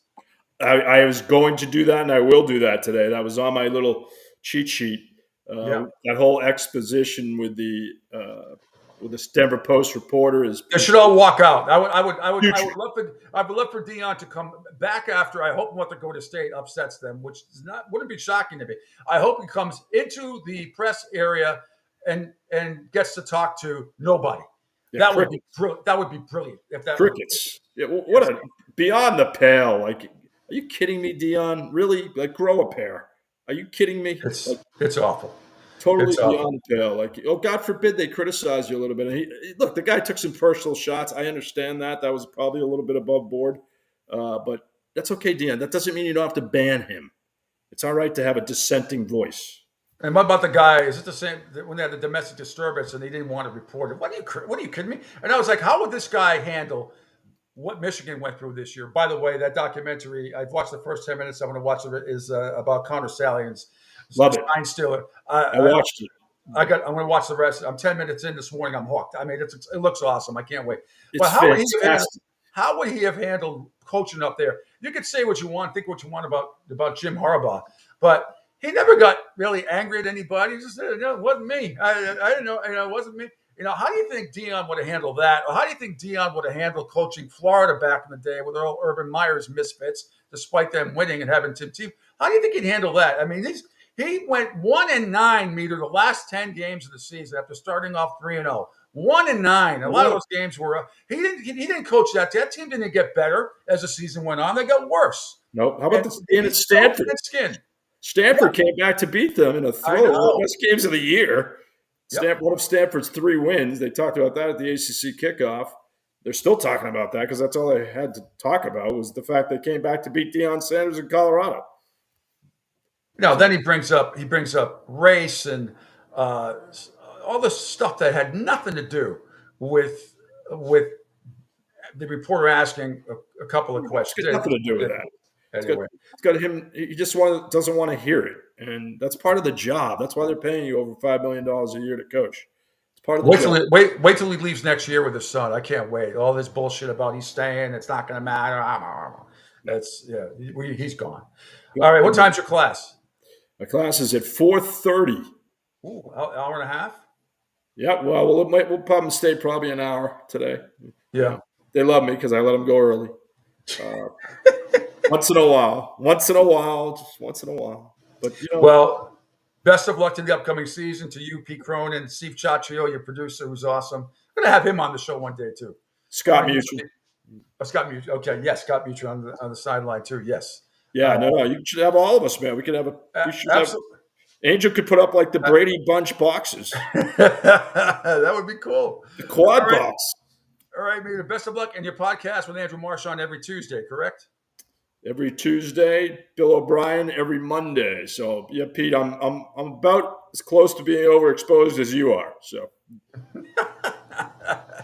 I think that we'll be looking forward to it. Safe travels to all you guys in Tallahassee. Have fun and deliverance at your motel, and check the ice machine for bugs. Yo, I will. I'll check more than that. Trust me. Give me a blue light. Send me a blue light on Amazon.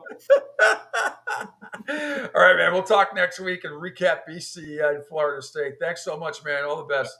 All right, Pete. Thank you, man. Vaya con Dios. Ciao. See ya. Oh man. All right. That's gonna probably do it here, Angel. Let's go on what's coming up today on the network. Your show coming up. I'll get out of here a little early so you can have some downtime, reset, reload, and get ready for your show coming up. So what is coming up on your show, Amir? I've already tweeted it out, but for those who didn't see my tweet, shame on you. But what do you got? A USF women's recap as they're getting ready to take on their first road challenge against Kansas. They play tomorrow, so we'll do a recap of the game that happened this past weekend as they won their match. And for those who get insulted by me saying the game, by their match, saying it properly, the match they play over the weekend, so they have another match coming up against Kansas. So we'll recap the match that they played as they won 4-0. Jason Kelsey's crazy deal with him and his brother that they got. So that'll be coming up here at 10 o'clock. Duncan Dad will be joining me at about 10:30 as we get into some Eagles talk, I'm quite sure. And then later on, it'll be the Drive with Q from 3 to 5 p.m. Sweet. That's awesome. And again, all the shows will be available afterwards as well on the for podcasts and all that stuff. Thanks, everybody. Thanks, Angel. You're the best. Thanks to Bill Sparrows and John Mita Burrell.